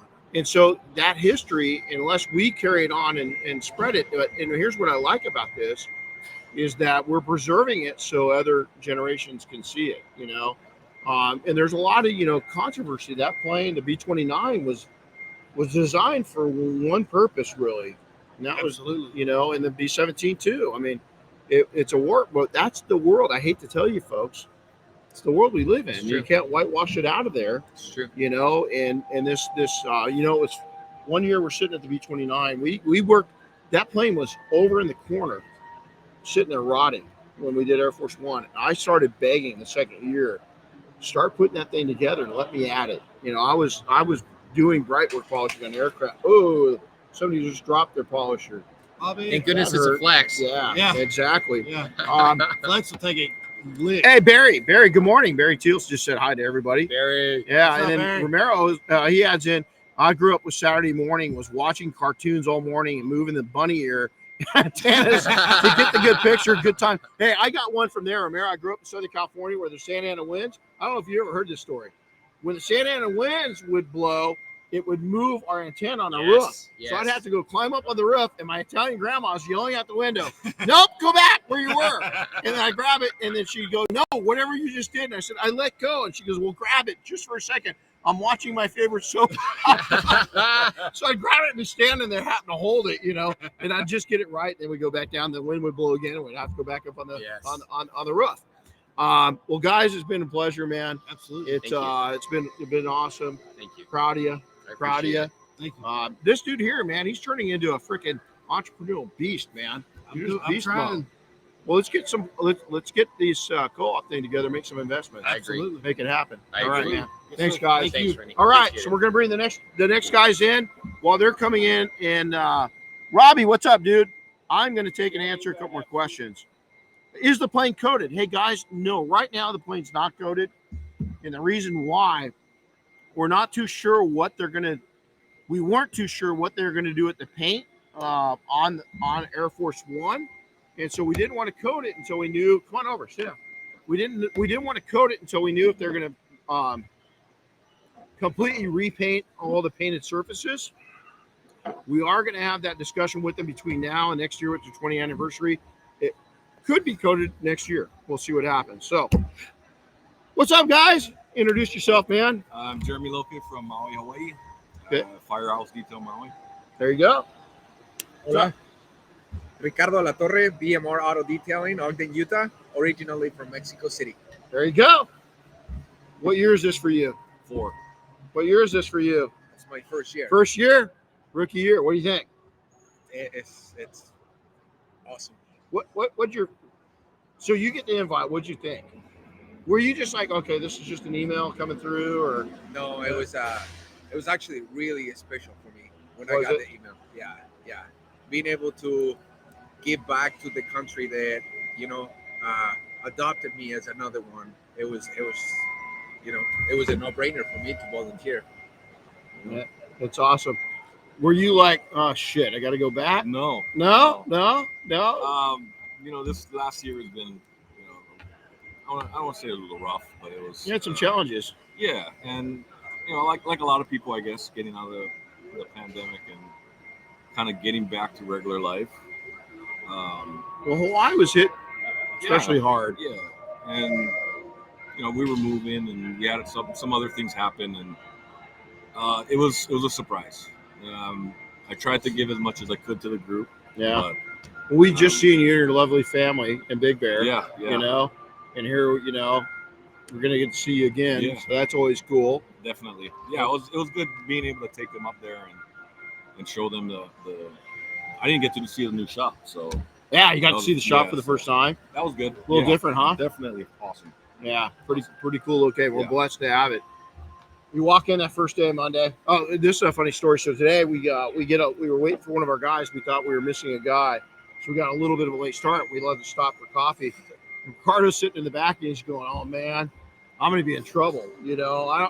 Doug's going to be mad. I'm going to be in trouble because I'm late." He goes, "I'm going to walk in right behind you." We walked in this morning and I said, "Dang, Ricardo, he had to get some special order coffee and we're late." So when you started on Monday, what'd you think? Come in. What's your thought pattern? Well, first thing I was like, man, how we all gonna get organized, to work on This many people, yeah, on this massive, artifacts. But I was impressed, I was impressed how everything, welded together, Yeah. and it's amazing. What'd you think of working on the aluminum on B29? Sorry guys, we're gonna get a little. That's something either big or old. I think it's big. That was loud. Yeah. So the first day, we were working on it, and I think we got on our comfort zone for a little bit, and we were like, "Oh, we got this handle," until the next morning when we saw what was going on. Been there, done that, right? Yeah. So we were, holy moly, what we did, So next day we actually got more organized, and I think we did a better finishing job. team came over and worked with you guys. Yep. One-on-one, showed you the techniques, and it's pretty unique. If you guys haven't watched the beginning of this, Robbie, hey, what's up, buddy? Go back, and we had some of the finishing team already in. You've been. This is, by the way, too. This is our Hawaiian supermodel. Is every time we need a really handsome guy for a picture, this is who we put in on it. So, but that to remember that first time you touched aluminum back on the first time, it's a learning curve. It's because it's not just the delicate nature of the aluminum, but it's the curve of it.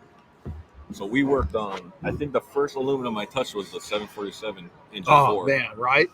And that thing sits in the sun, and you think you do a good job in the morning, just like that. Yep. Come back and it looks absolutely horrible. So it's a learning curve, and you just gotta finesse it and figure out what works. In the cool mornings with some with more moisture in the air, and then as the moisture dries out of the air a little bit, and the temperature warms up, all of a sudden that metal changes. Yep. And so a lot of people just don't count on that. So tell us a little bit. Tell us about your company, what you do. Got a niche?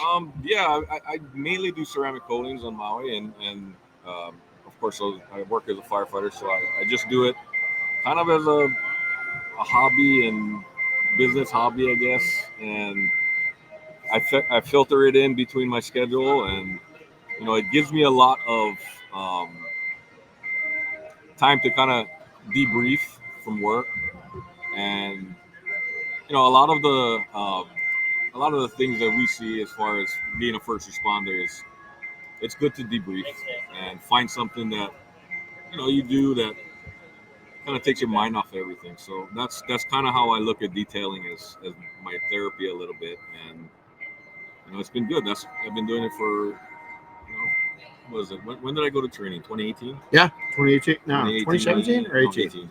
18. February Gotcha. and 18. So I've been doing it for a while, but not really a business, kind of just playing around and my own cars. But I finally started to get a little bit more serious into it, and that's pretty much how my business goes. It's really small. I'm just by myself, and but I've learned a lot since being in the group, and I joined the group to not only get knowledge, but to have people to be able to talk to when I needed to about detail, and come to find out that a lot of us here have the same values, and that's why we get along. So we have fun. Yeah. And these guys are type A's. They're not always. It's like herding aggressive cats. It's they're type A. They're entrepreneurs. Not easy. So tell us about your business and you got a niche specialty, something that you love. We're transitioning, from that interior detailing to specialties. We just started to do ceramic coatings, window tint, PPF, So yeah, we're getting growing. there. We're getting Growing. there. We're getting there. And you're such a bright young man. This guy asked me one of those questions. Just I cover this every time. He asked me back in November of last year, "Hey man, do you love yourself?" Nobody had ever asked me that question. I won't even go into the depth of it. But this guy's so beyond his years and maturity that it's really cool. It's cool to watch you both grow. It was awesome to meet your family. And see them. You live in one of the. I know it's tough at times, right? Yeah, but Hawaii's pretty cool.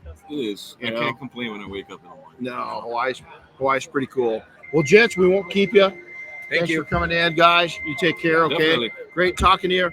We just real quick. We had somebody put up some nasty comments.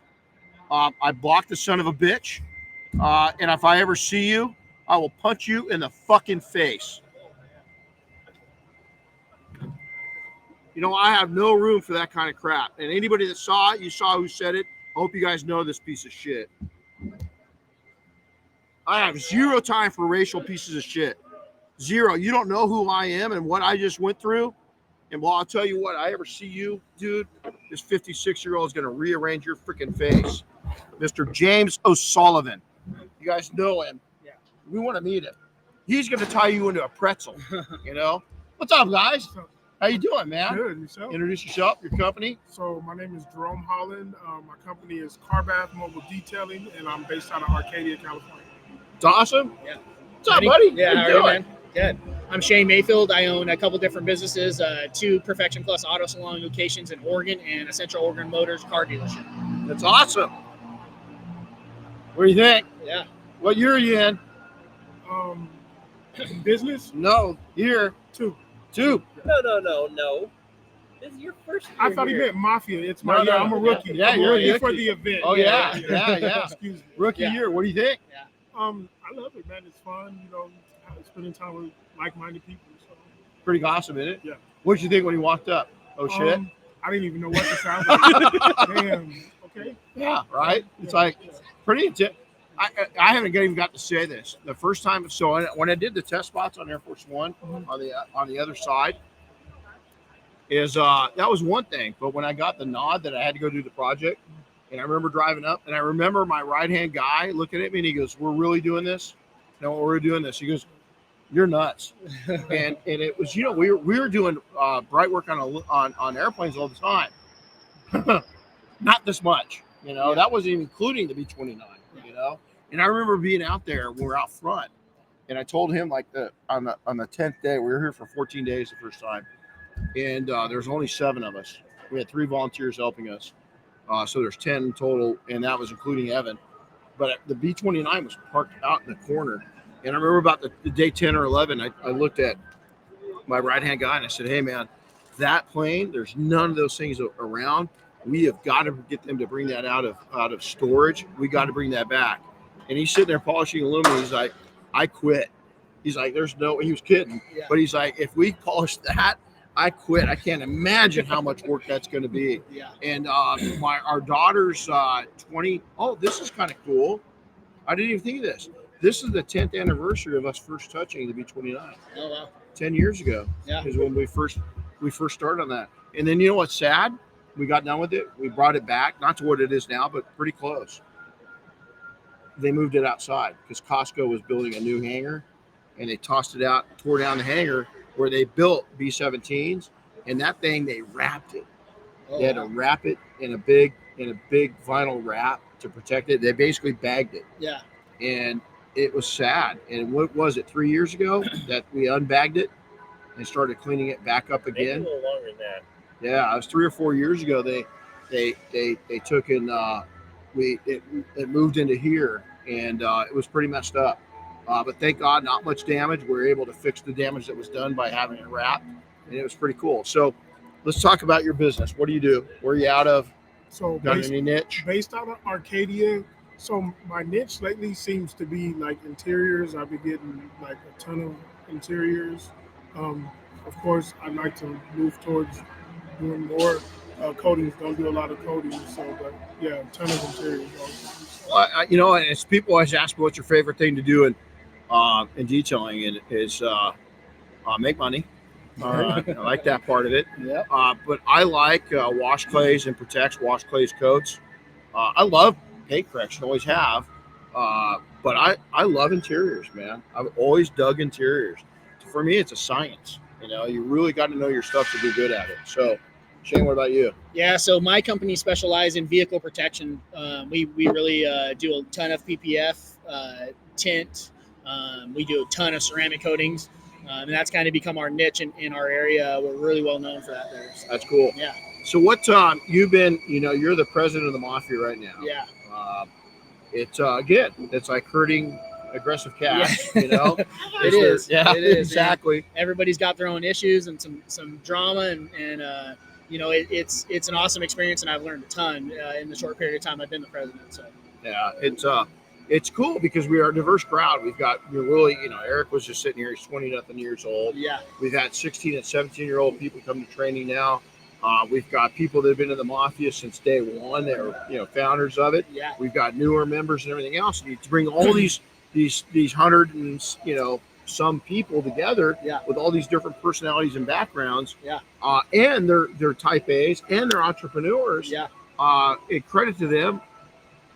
98% of people in the group are just like you guys. They want to grow their business, their life. They want a good life. They want to be independent. They want to build wealth. And they want to have a life while they're doing it all. Yeah, absolutely. And that's what really makes this group unique and special is each individual, they all bring something to the table to better each individual, and we're all in it for each other, not just in it for ourselves. And we're putting just as many deposits back into the group as we're taking withdrawals, right? And I think that's what the biggest key to success, as far as my personal success and my business success, definitely in the 5 or 6 years that I've been part of this group has just went through the roof from being part of it. That's awesome. What's your take on that? You've been you came to training in 2019, 2020, September of 2020. Gotcha. Yeah.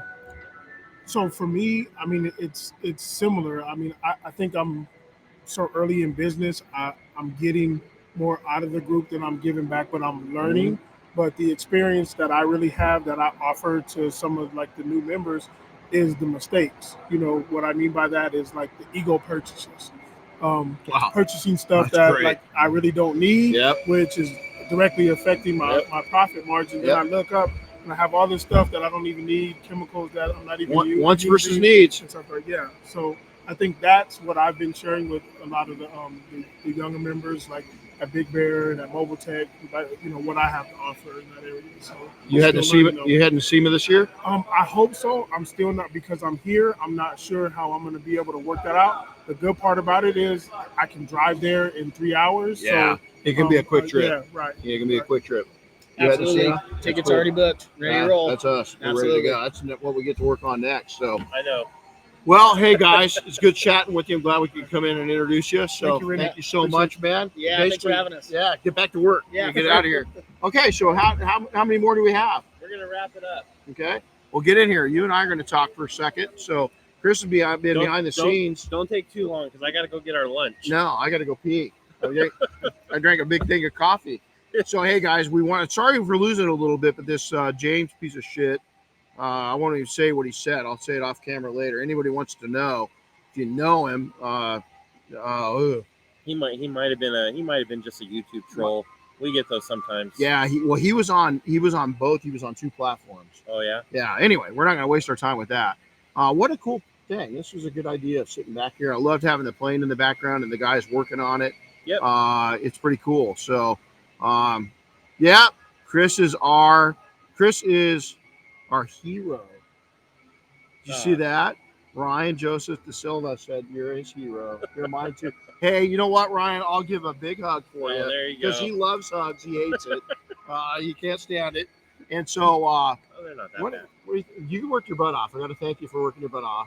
You Little did bit. a great job. We had last night. It was we went a little over budget We did. on dinner, and it was so worth it. That's inflation's fault, though. I'm pretty sure. Well, no, I think it was really, really good food fault. I think we had I mean, the appetizers were flowing, the dinner was flowing, everybody was stuffed, And the views were nice. The views were very, very nice. We had everything from built for speed to not built for speed. You had jet fighters and bombers. Yeah. Does that make sense? We won't go any more than that. There was one cargo plane too. And there's a cargo plane. There's a cargo plane. And there's smoking hot firefighting planes and not. So, but good job. I don't get to tell you that much. The guys that you just absolutely killed it. I made it. This is the most successful Air Force One project we've ever had, and it's so much to do with our sponsors. All of them, we named them off earlier. But Chris bringing it all together as a center point. My wife Diane. We have some family struggles at home with a brother and one of our puppies. One of our dogs. So she had to stay home, but she's back home helping us out from there. All these things, Doug, Bobby, and all the team members that we just got to talk to. That's right. You can't do it without them. No, I can't do it without them. And then lastly, the Museum of Flight, Boeing, the Air Force, United States Air Force. We just couldn't do it without it. It's such an honor to be there. But hey, Rich, that's awesome. Rich will be here in September. He'll be in Big Bear. It's September. So we're real excited for that. And Corey, Chris, thank you for everything you do. He is the GOAT. Have you ever been called a GOAT before? No. No? No. You're moving to Idaho, California. You're in California where this bud's for you, but in Idaho, it's this used for bud. My dog thinks she's a goat. She climbs on everything. Does she really? Oh, she's been on top of the kitchen table. Yeah, our new and little. she's a lab. Yeah. Oh, I forgot to tell you. So the new dog, last night I was told, the new puppy, Coda, she's 3 months old. She decided that she was going to go try to play with Boomer. Uh-oh. Boomer's our almost 14-year-old dog, Akita, Rottweiler mix, and he doesn't like to play. So she decided to get in his face, and he didn't bite her, but she screamed off and ran into the backyard again because she thought she was going to be killed. Hopefully she learned her lesson. She hasn't. She's a lover. So Diane bought this, she didn't buy. We adopted a Doberman to kind of be the protector, and she's not going to be a protector. She's 100% lover. And so our old dog has enough of her, and he kind of chased her off, and she thought she was going to get killed, and she went off screaming. But Sarah, thank you so much. All of you, thanks for watching. We're almost 3 hours in. I know, but we had a lot of people to it's try awesome. to get on This here. was fun. This was really fun. And honestly, we could have kept going. I got all but one team member that was really too bashful. Who? And who we is need it? to throw him under the bus. Yeah, who is it? Jimmy Buffett, James Akers. Hey, Jimmy. God, we could really screw with him right now. That's all right. I don't even know where he is. He isn't. But Jimmy Buffett, man. tried. We'll talk about Jimmy. Jimmy's a great guy. Jimmy's out of NorCal. Real talented guy. D1 detailing, right? T1. T1. Yeah, excuse me. it's D1. I was thinking. What was I thinking? D1. Yeah. T1. It stands for the diabetes. That's right, because he's type 1 diabetic. That's why I went D1. Yep. So he's got a great business. He gives back to his community. He's a good guy. Is he bashful? I don't think he's bashful, but he was too bashful. Look, I tried. I was going to drag him. Yeah, I tried. I don't think. Well, we still talked about him. He's got a lovely wife, lovely family. Yep. We got to meet his wife at Big Bear this year when she was there. So hey, thanks for coming in. We are going to have another one of these at 3:00 Pacific time today. Yeah, 3 o'clock Pacific today, so that's 6 Eastern. We're going to have Chris Metcalf and a couple of guests from Flex that came all the way here from Germany. That's Over on the desk. Okay. I've got a whole bunch of plastic scrape sticks. Oh, you're awesome. These guys. They're different sizes too. Oh, So I get like in the that. tight places. There you go. That's these guys are all. They work their butts off for us. They're part of the museum staff right. of volunteers. You can see they're coming over scrapers. They get cool stuff up here. Yeah, they got these little scrapers. Keith went over. They Hey, get where's all these Keith at? airplanes. Did you get Keith over here? I did not. Wonder if you get Keith over here real quick. I'm out of time. I got to run. You got to run. You Yeah. have to go pee pee. No, I got to go to. I I got to thought get you our meant food. you had to run. Well, we'll bring Keith in with the Flex guys later. Yeah, we can today. do How's that. We'll get Jimmy on there too. I'm going to talk to him. All right. I'm gonna tell him he's got to come over with the Flex guys. So, Luis, miss you, dude. Big thank you to Chris for making everything happened behind the scenes. He does a great job. This cast was the exact duration it took for me to lay down 2 wonderful layers of legend on the WRX I'm working on. Right on, Ryan. Good job.